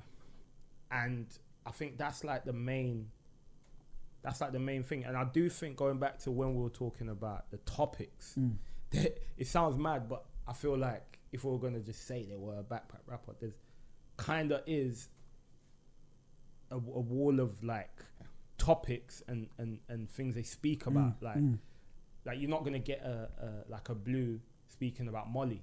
Do you know what I'm saying? Like popping a Molly or a lot of drugs, or it's just it really is like a type of sound and a certain way they approach it lyrically. I think. Do you think the term itself can hold you back or hold an artist back? Yeah, because of the subgenres in hip hop, you get this division, as we were talking about, and you get people that play on that division where it's like, forget all that like backpack shit, or like that gangster shit or that club shit that's not real, and then you guys are soft, or like the guys that are. So you get all these different from different places, and it's a divide, but so it is good to have. You could say that this is better for it to just have no subgenres and to just call it hip hop, but then it's different though. The subgenres are actually different, like in terms of the approach, I'd say. Like, because when you put it like that, it kind of makes me feel like the labels maybe put these labels kind of out there in order to control who and what is distributed to the masses. Yeah. Do you know what I mean? So it kind of feels a so lot more controlled. Yeah. Because essentially, bars. Yeah. If we're saying, if we just whittle it down to, are you barring? What's the key component? Barring. Yeah. Okay, if he's not barring, then it's not hard. Do you know what I'm saying? But like, we're judging it on like what they're talking about and not what. So you could get a backpack rapper that's barring off, and you can get like a gangster rapper that's barring off. But because we've got the divide, people are saying that guy is not, that guy's soft. That's where the problem is.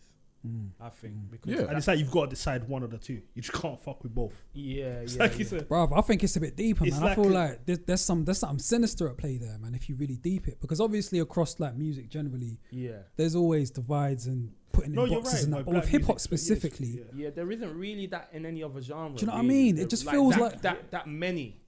There's more than 10 subgenres. We've just allowed, because with R&B and soul music, there's not that many. Now they're trying to like, they've now created trap, soul, and like. But I get what you're saying. Do you know what I mean? But with hip hop specifically, I don't know. It feels like There's so many subgenres.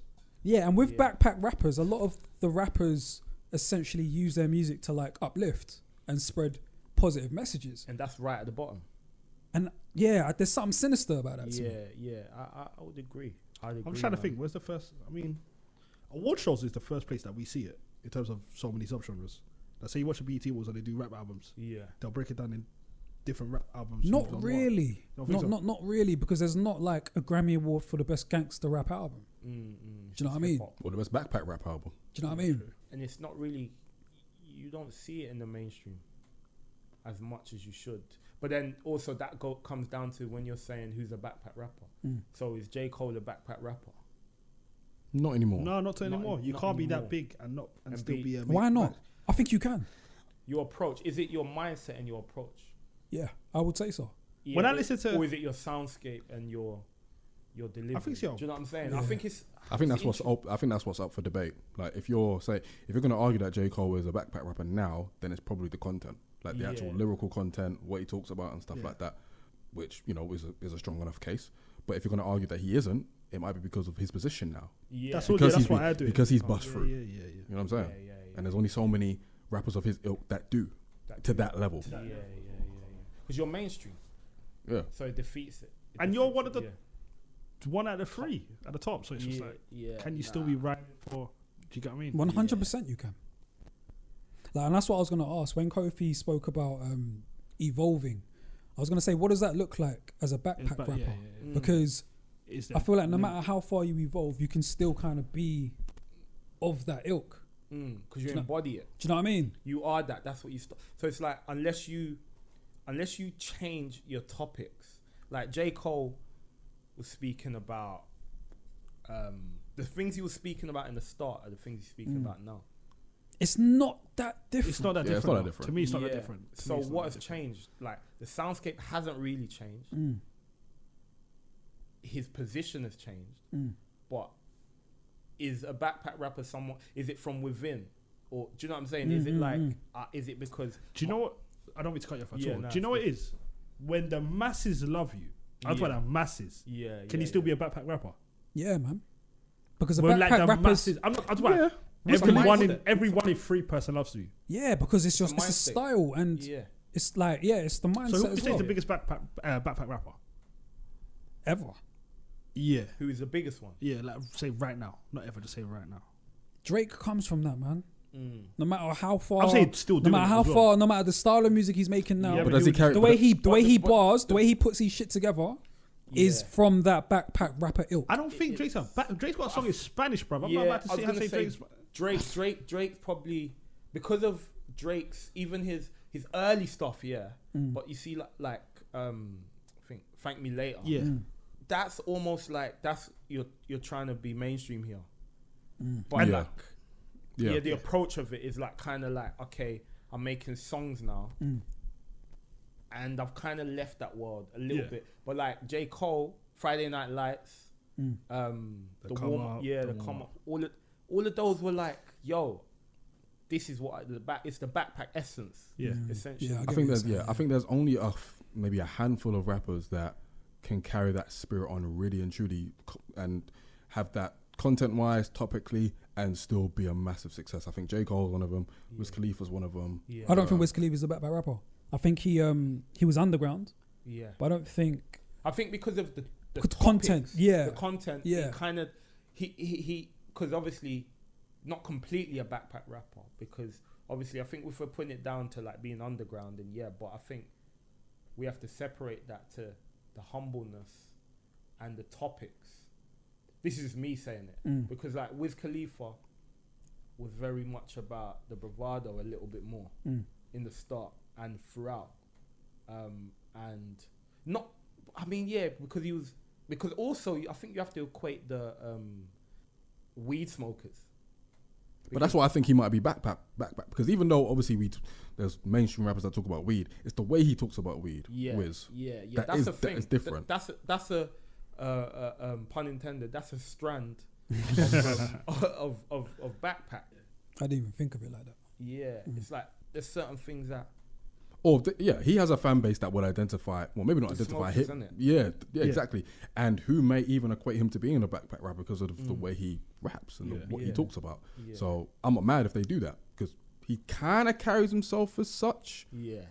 Yeah. Because of just how effortless he is with it and just how cool he is and chill he is and stuff like that. So he kind of carries that physical manifestation of that. Yeah.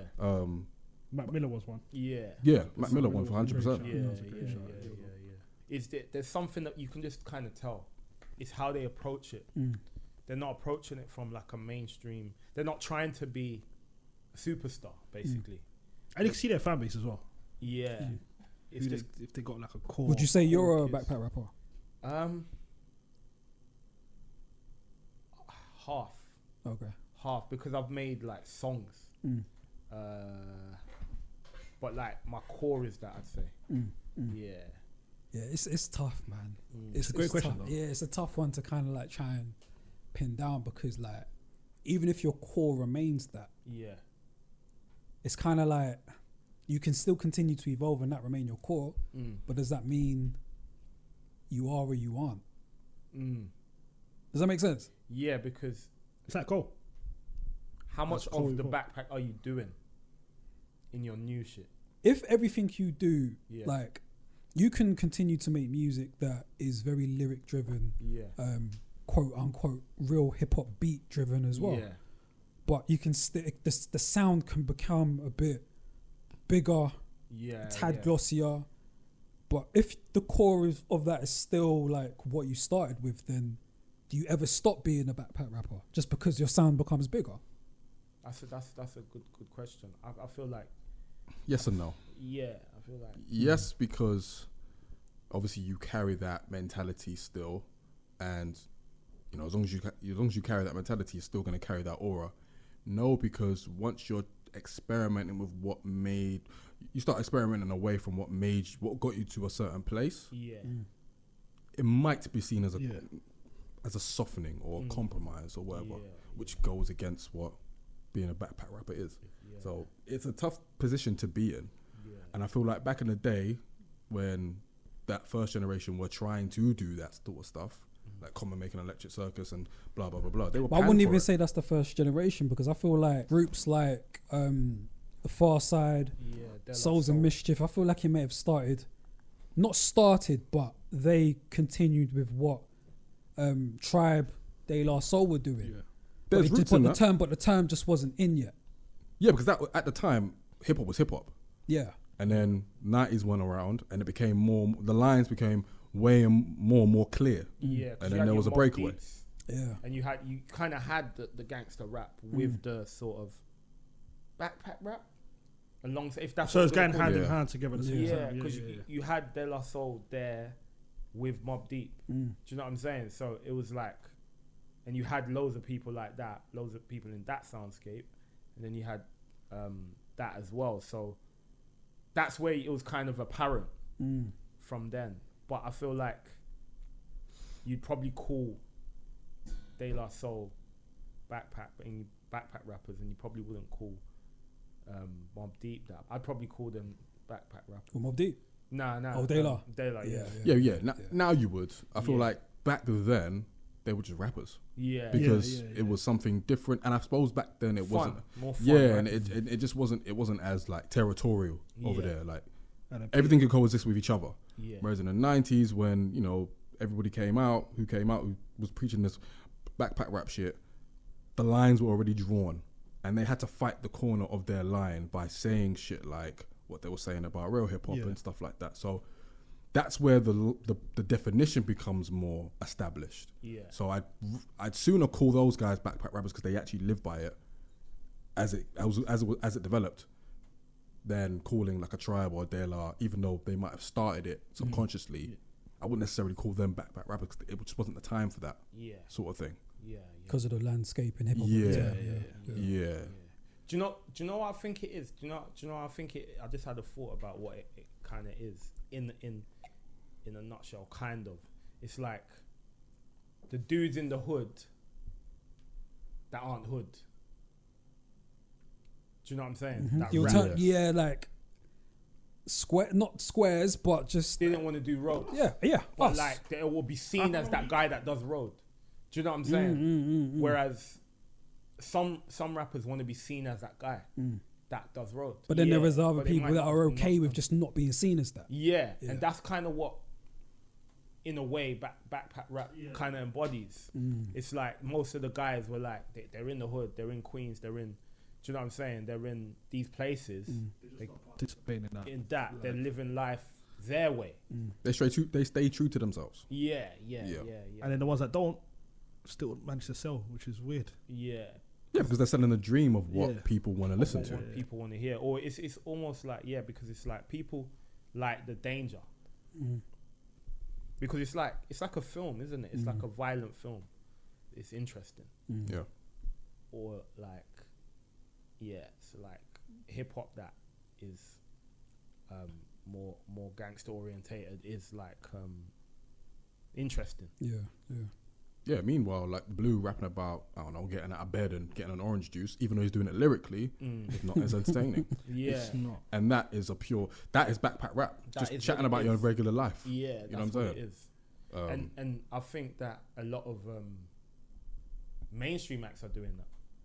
Not a lot, but like you see, if we equate that to backpack rap and we say it's like talking about your regular life, a lot of rappers are doing that. But is it like, are you doing it in a humble way?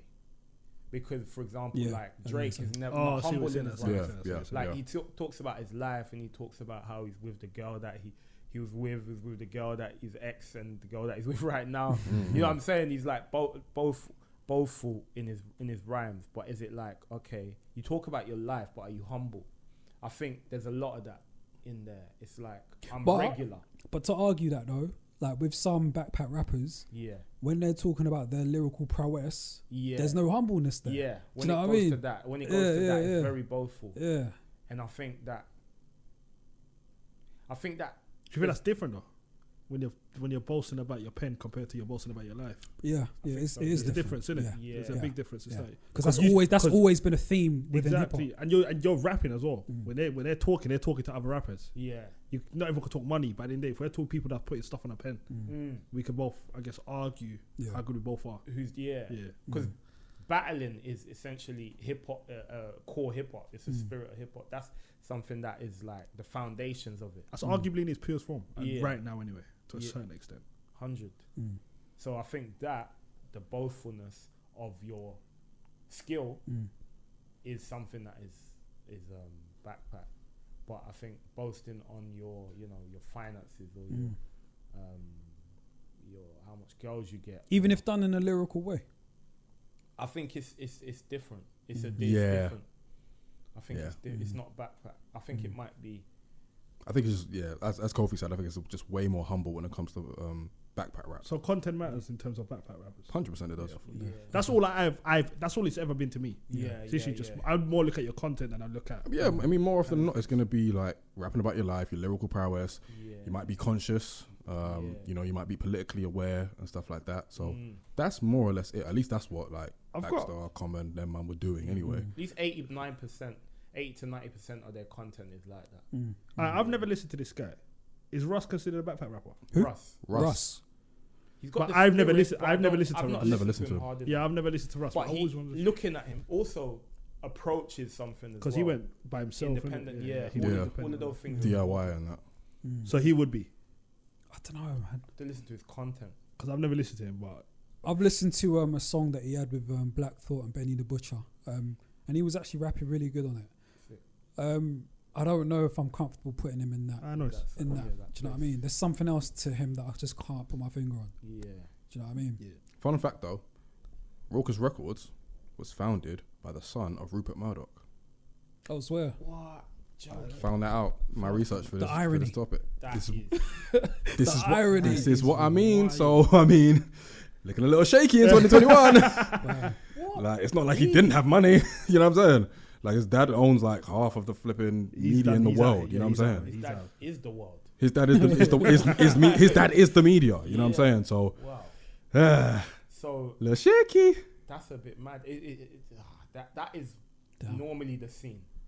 Do you know what I'm saying? And Raucous is like the linchpin of like what backpack rap Rap, yeah, was. 100%. Yeah. You know what I'm saying? Because I think about Lyricist Lounge volumes 1, There you- 2. There you go. Do you know what I mean? And There you like go. LP, every artist that was signed to that label, Pharaoh Monch, all them man. all them man, yeah, The things they're talking, yeah. Mm-hmm. and the owner is basically epitomizes most of the stuff that they're That they're rallying that against. Yeah, do you know what I'm saying? So how do we feel like it's aged? Because I feel like having established that J. Cole kind of carries that spirit and now he's mainstream. Yeah. Can we then say that backpack rap, as far as like the whole package in terms of the content, in terms of the mentality, has it aged well? 100%. It's a part of the nucleus of hip hop, so it can never die. It will never not age well. it won't. The ability to talk about, truthfully talk about your experiences in a skillful way Yeah. will never age badly. Yeah. So at least for me, because that's No, what I agree. do you know It's what always mean? going to be That's what I around. like. It's always going to be appreciated. Yeah, It's always I think so. needed. Yeah, Mm. I agree. You're always going to need something to counteract what's in front of us. Yeah, Do you know what I sure. mean? Yeah. And that's our counter. Yeah, in that respect, I believe so. I think in terms of the mentality, as far as like being anti-commercialist, anti-mainstream, that shit, that hasn't aged well. Yeah, no, 100%. Because a lot of that just nowadays, anyway, at least when I listen to it now, it just comes across very, very preachy, comes across very, very self-righteous and butthurt, really and truly. Yeah. So that hasn't aged well. But the fact that we're still talking about it, Yeah. it's made an impact. And it's But I there. feel like that attitude inspires some really good music. Because going from someone like myself, going from like really enjoying like, you know, the shiny suit era where, you know, Bad Boy and Puff Daddy were like making big and loud music, and then having the opportunity to go to that as well. Yeah. It kind of was nice to be able to just pull from loads of different pockets within hip hop. So I appreciate that, man. Because when I need a break from hearing about, you know, baguettes and bezels and all this stuff that I needed haven't that been way, yeah. fortunate enough to see. Yeah. Do you know what I mean? I can go to You ain't seen baguettes? bezels. I can then go to, you know, someone like, you know, Mos Def and hear some uplifting music in that. I think with that though, that's fine. And I think, as I said in the beginning, I feel like a lot of the music is still incredible. It's still great. I think when you're saying to me, this is the real hip hop, ignore that other shit, that hasn't aged well. Like that is preachy. That is self-righteous. That's wrong. Yeah, you can't tell me what. Because it's not not up to you to. It's not up to you to say what's real hip hop. But Peter is self-righteous, which is why he agrees with that. Very true. That's what I was gonna say. I'm not mad at that because You'll be doing this. I'm not mad at that, man. Because I feel like there's still like, I guess not gatekeepers, but those like torchbearers within the culture that still need to speak to that, still need to speak to that thing within hip hop that in the mainstream has become lost. So I'm not necessarily mad at like certain men coming out and saying that's not, you're listening to that substanceless music, and I'm not mad at that. I think we need that. That's your mentality, though, isn't it? Yeah, that's probably just my man. Yeah, That's that's your fine. mentality. But I think we need that. Man. Yeah, for someone like me that enjoys all hip hop, like me being told, well, this is why this is better than that shit, doesn't sit well with me. It's not better, man. Because in a way, the people that are doing what they say is the new school or whatever, someone like the old school, they before them, or the people before them will say that what they're doing is wrong. Yeah, it's a never-ending exactly. game. It's a never-ending game, man. It's always like that. So it's like, it evolves, and it just evolves differently. Obviously, we'll always have that, as we said, that spirit of, someone telling their story in a dope way. But it evolves, isn't it? So like the trap thing. It's a young man's game. It's like being the old nigga in the club. Yeah, it's an age thing. We're getting too old now to dictate what is the thing. And I wouldn't want to. I think it's about balance as well. Yeah, but I'm just saying, we're at an age now where we can't dictate what the kids are listening to. Yeah. So I can shit on it though. You can 100%. And you do. But they're not going to listen. So it's essentially you just shout for no reason. I'm not talking to them. I'm talking to my contemporaries, my age mates. You know what I mean? So okay. I can shit on it, and I don't think there's anything wrong with me shitting on it. Have you listened to it? Of course. It is mad though, man. I'll say for myself, like speaking to my nephew, who's 13. These guys, they're in a different place. Yeah. But are they though, or is it just it is what it is now? Like I'll play him something, and he'll be like, nah. Like it'll be like a Most Def or something, and he won't get. To be fair, some of them he gets. But it's like that's so far now. Yeah, man. Like that's really it's. But that's why I feel like someone like myself. Yeah. And like shitting on certain types of music or just speaking more about the stuff that I enjoy is important because it shouldn't be that far. It should all be a balance. Yeah. Do you know what I mean? So when it get to the point where that style of music is far, something's not. Do you know what I mean? It's just not quite right for me. It isn't. At the same time though, at the same time though, like 13 is still quite young. Of course. You know what I'm saying? So if they get to our age and they still only exclusively listen to like trap or drill or whatever, then you might have more of a case to say, well, there's no real balance. But what do you mean, like years later? Yeah, years later. No, because you can't. Let me put it this way. It's like us not listening. It's like us not listening. But they might also grow and want to go back. Yeah. Do you get what I mean? But to we them, appreciate it though.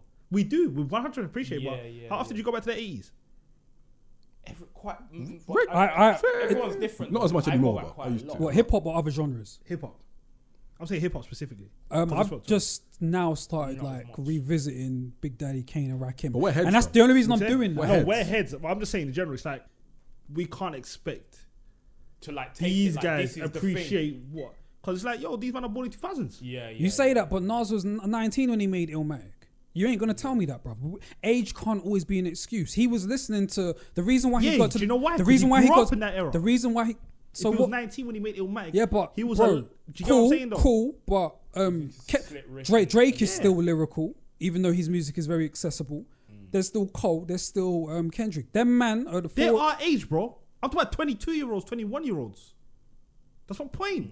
If we're going to the 18, 19, 20, who essentially have the future in their palms. Yeah. These men ain't going back to. And it's just, we need to be realistic about it. It depends on the type of fan. They're going to Drake. But that's fine. It depends on the type of fan they are, first of all. Yeah. If they're a casual fan, then yeah. But if they're someone who is ahead and actually wants to know where their shit came from, of course they're going to go back. Yeah, because like, for me, like what, 2000 and...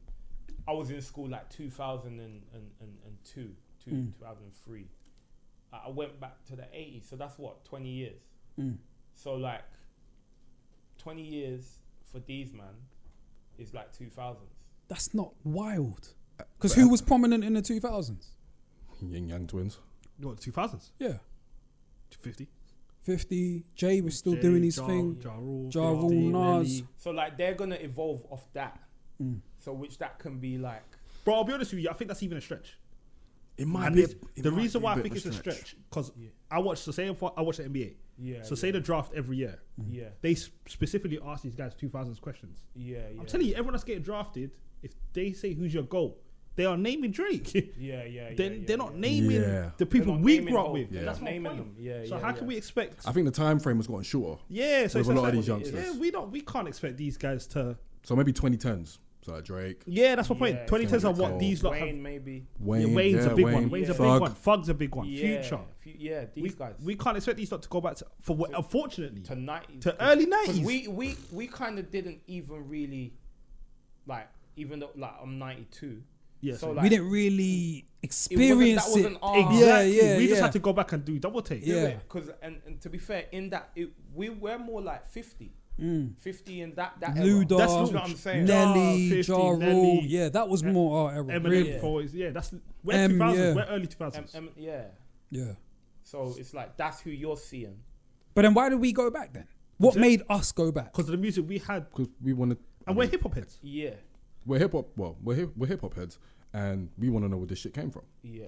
More. So you mean to tell me there aren't other kids that There will are. like the same? I'm just saying, or do the same? The vast majority of music. There could be. Is I mean, there general. are.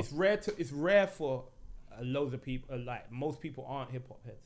I think. Yeah, 100%. Yeah. 100%. Generally, most people are just casual listeners. Yeah. I think. These man ain't gonna go back and study the 80s and the early 90s. And It's just understand it. we just need to get comfortable in a place where we can comfortably say, yo, the future is just in their hands, and wherever they're gonna take it, for better or worse, Yeah. they're gonna take it wherever they want to take it. People will And it's come all through cyclical. like Cole and Kendrick. Like You're always do you know gonna get what I'm diamonds, saying? You always yeah, get one or two. Like now you got now you can see we've got Cole, Kendrick, and there'll be more every generation. There'll be people that have that spirit always. It probably won't be in the mainstream, but they will always be there. But there might need to be a little bit more of them as well for people who are growing up on them might want to go back to. Like obviously we've got Cole and Kendrick. There might need to be maybe a couple more to be like, okay, this is another. It's getting aspect to the of hip-hop. point now where it's like, yo, who's next? Who's And the it's, next it's guy, getting yeah. to the point now, and it's, There's a guy I forgot his name, but he kind of has that spirit. Corday. I was just thinking. I said him. Yeah, we I was just Corday. thinking about YBN. him. Yeah, I was just thinking Yeah, about Corday, he's he's young. He's special. like 22, 20. He's special, bro. His Yeah. first album was different. He's on that. He's He's Yeah. maybe if that's like a new generation of that. Do you know what I'm Yeah, saying? yeah, But yeah. He'll be important. we But won't see it like how we see Cole. Do you know what I'm I saying? think But that's you what see I'm a little- struggling Because we with, was you in know? college, school for Cole. Yeah, So yeah, we were still yeah, young. We grew up with Cole. Yeah, And I think I struggle with that. I think I struggle with seeing Do you really? that. Yeah, I think I struggle with it. I think I do as well. if yeah, I'm I think honest. the core day specifically, because it's not in the fully. It doesn't. it's not in fully the feel form. like it. Yeah, it's not in the form in It's which very what melodic, we've yeah, it's experienced. very So melodic. Yeah, you know what I mean? yeah, It's yeah. it don't feel. It feels different. But the elements are there. The elements The are there elements are there. for sure. He's just packaged it in a different way, Yeah. which really and truly is with the spirit of hip hop being a young man's game. Yeah. They take the old and they make it fresh. They freshen it up, make it new. Yeah. But you can see who the game's in all their hands, so they're gonna take. We don't have a say in it. That's what we do. Yeah. We don't. 100%. I mean, we do, like you do, because of what you do as well. Because Yeah. the music that you're making, you've got a very big say. But I'm saying, Yeah. in terms of the first thing you wake up and you see YouTube, it's gonna be the ATL kind of. They all sound very similar. And that's why, for me specifically, artists like you and Barney Yeah. and Loy were very important, man. Yeah. Because you're carrying on that torch, and I think like we In need the that. UK, Do yeah. you know what I mean? Especially in the UK where a lot of the artists, the prevalent artists, follow a lot of the US. Yeah. Do you know what I mean? There's still a lot of you lot that keep it, and I'm gonna say pure, but pure in it. Do you know what I Yeah, mean? yeah, And yeah. I think that's important, man. Regardless of what people think, I think that's important. That was dope. That was a dope conversation. Yeah. Yeah, that was dope. Well, we're not finished yet. Oh. All right, guys, let's move on to the final topic of today, the fun topic. So we're basically gonna take it in turns and name one album that we would have loved to have been in the studio sessions for and why. Pretty self-explanatory. A lot of dope albums out there that when you listen to it, you kind of imagine, "Bro, what was that like to record? Yeah. I wish I'd have been there." Well, now we're gonna do fantasy and decide for ourselves. So I'm gonna start with you, Mohammed. Okay. So the one I'm going with is my favorite album from my favorite artist. I'm going with the Black Album, Jay-Z. The reason why is just because obviously the hype was around him retiring, around him being that's all, and some of the classic songs that come off the back of that, or the moments, or just the production as well, the producers he got with and everything. If I was a fly on that wall, the stories that you come out with as well. We've seen some sessions from that. That's what I'm saying. No, Yeah, we've seen the the way one it with happened. Timbo when he gets up, and then Yeah. Timbo played in. What did he? Was One it of night? Ye as It might well. have been Dirt Off Your Shoulders. It was Dirt Off Your Shoulders, yeah. Yeah, 'cause yeah. and then he played like 3 beats for Jay-Z because I was Yeah. doing it before I'd done yeah, this. yeah. And then Jay-Z was sitting down for all of them beats. One of them beats went to Ludacris. Yeah. Ludacris, yeah. And then he heard Dirt Off Your Shoulder, and then you just see Jay-Z get up and he just starts crunching his face like, this is different. Yeah. And Timbo's just looking at him like, yeah, I know I got one. I know. At the bare minimum, I got one album on this. Yeah, And it's a yeah. story behind it. Supposedly, they had to do it. They were trying to rush the thing. Last minute. Yeah, last minute, and then he done a gave a verse, came back, gave a verse. To me, the Black Album, Yeah. it would be the one I'll take anyway. Yeah. That was a good pick. it's Mad. Well, I'll go next because that's my pick as well.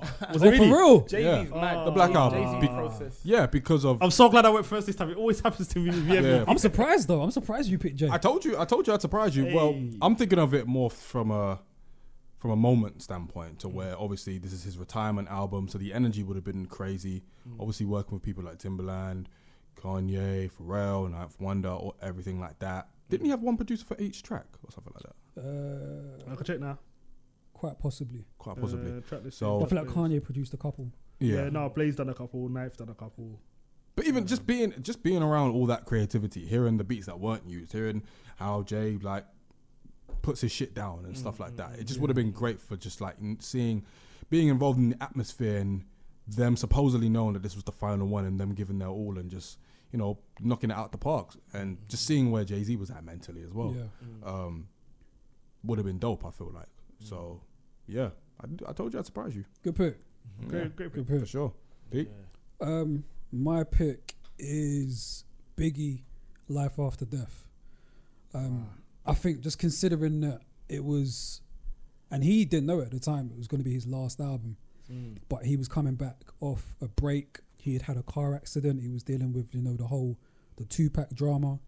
So like just, I would have loved to have just seen what his mind state was recording some of those songs, and just what the process would have been. I've seen pictures of like him with Little C's and Bone Thugs and Harmony in the studio and that, but I would have just loved to have just watched him record, do you know what I mean, each track, and just I guess had a conversation with him just to see where his mind was at recording it. Do you know what I mean? Because like if you listen to the music, man, it felt like he was telling everyone, yo, I'm better than all of you. It kind of felt like he was telling everyone I'm back, but it kind of felt like he might have known it might be his last one just because of how put together it was, just how complete every track was, and just the overall themes of the album.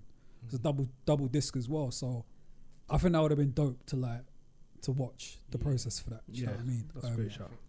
That was a great shot. Crazy. Yeah. For sure, man. Dope pick. Yeah. Kofi? Yeah, I'm gonna go with College Dropout, Kanye. Yeah, just because that album for me, probably my favorite album from Kanye, and just the process of it, because obviously he's coming back off the accident as well, the car accident, the car crash, and just the hunger that he would have had coming out of it, and the soulfulness in that album. My goodness me, it would have just been nice to just see, because obviously he was on the production as well. Yeah, it would have been nice to see how he comes up with the beats, the rhymes. I just think it would have been great to see his process, man. But yeah, that album for me special, man, because the topics on there are mad deep, and obviously he's had the features on there, the ideas, you know, that Jesus Walks. It's like a classic album, man. And yeah, just would have been sick to see how it all came together, like being in those sessions. I don't know how, even because I remember he had some problems with like sampling as well. Like there was a problem with the All Falls Down sample. He basically couldn't get it from Lauryn Hill. The label didn't clear it, so he had to basically, he went all the way to like Lauryn Hill's house to get it cleared or something like that, and it's mad. And just being there throughout the process would be mad. I would have loved to have seen Freeway and Mos Def in the studio together on 2 words. That would have been, that would have been mad. I also had at it. What was some of your honorable mentions? I had All Eyes on Me. Tupac. I had All Eyes on Me, Tupac. Like, you know, whenever you watch like interviews backstage or whenever he's in a studio session, and you just see the way he works, it's like, yo, whatever he said last, we'll call that the song title. Boom. Do you know what I'm saying? It's just like, yo, to see that and just watch that and just be like, crazy. And another one, that would have been a machine. What? Well-oiled machine. Yeah, but it's just the way he talks as well, man. This guy was rapping. I got one. I've got Tribe Called Quest's last album. We've got it from here. Thank you for your service. Just for the occasion, man. They're my favorite group of all time, and it just would have been dope to see exactly how they work, how Q-Tip puts his beats together, how Fife was feeling, what Shaheed was doing. No disrespect. And seeing people like Busta, Kanye come through, Consequence, and people like that, and just getting a feel of just how momentous and how celebratory that occasion would have been for them, and you know, for hip hop in general. So great, man, that would have been a great one. Great shout. Great one for sure. I've got quite a few actually. Oh, but I'll name two. 50 Cent, Get Rich or Die Trying. Oh, I had that as well. Because I feel like that would be going into that, yeah. he was kind of coming back off the mixtape run, you know, being blackballed and trying to be put on, and I just feel like the aura around him would have been dangerous because he was also coming back from getting shot as well. Do you know what I mean? So all of that, being blackballed, being shot, that was all going into the music. So I would have loved to have seen. The hunger would have been real. Yeah, I would have loved to have Can you seen imagine that. it? You know what I mean? That would have been dope. And then I've also got Ghostface, Supreme Clientele, just because like I love Ghostface, man, but some of the bars on the album, I don't know what they mean, innit? So I just would want to understand like what he was smoking, what he was sniffing, what he was doing to get to the point where he was penning some of them bars, and then just picking some of the beats as well. Because I heard that like to record some of that album, he was in and he didn't specify where, but he was in Africa.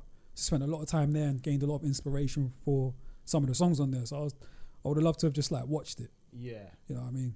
You got any honorable mentions, bro? I have off the top of my head, I'd probably say Reasonable Doubt.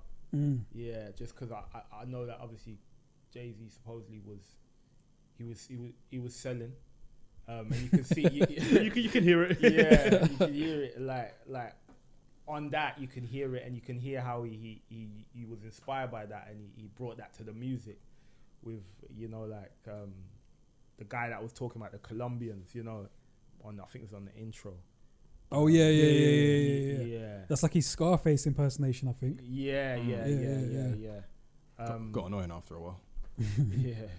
Yeah. So just like that, to be obviously Jay-Z at that moment was probably in that as he was recording it. So it would have been sick to just see where he was and like how if he was gonna like, because he was probably at the point at a crossroads where he was thinking, am I gonna carry on with this or am I gonna do this music thing?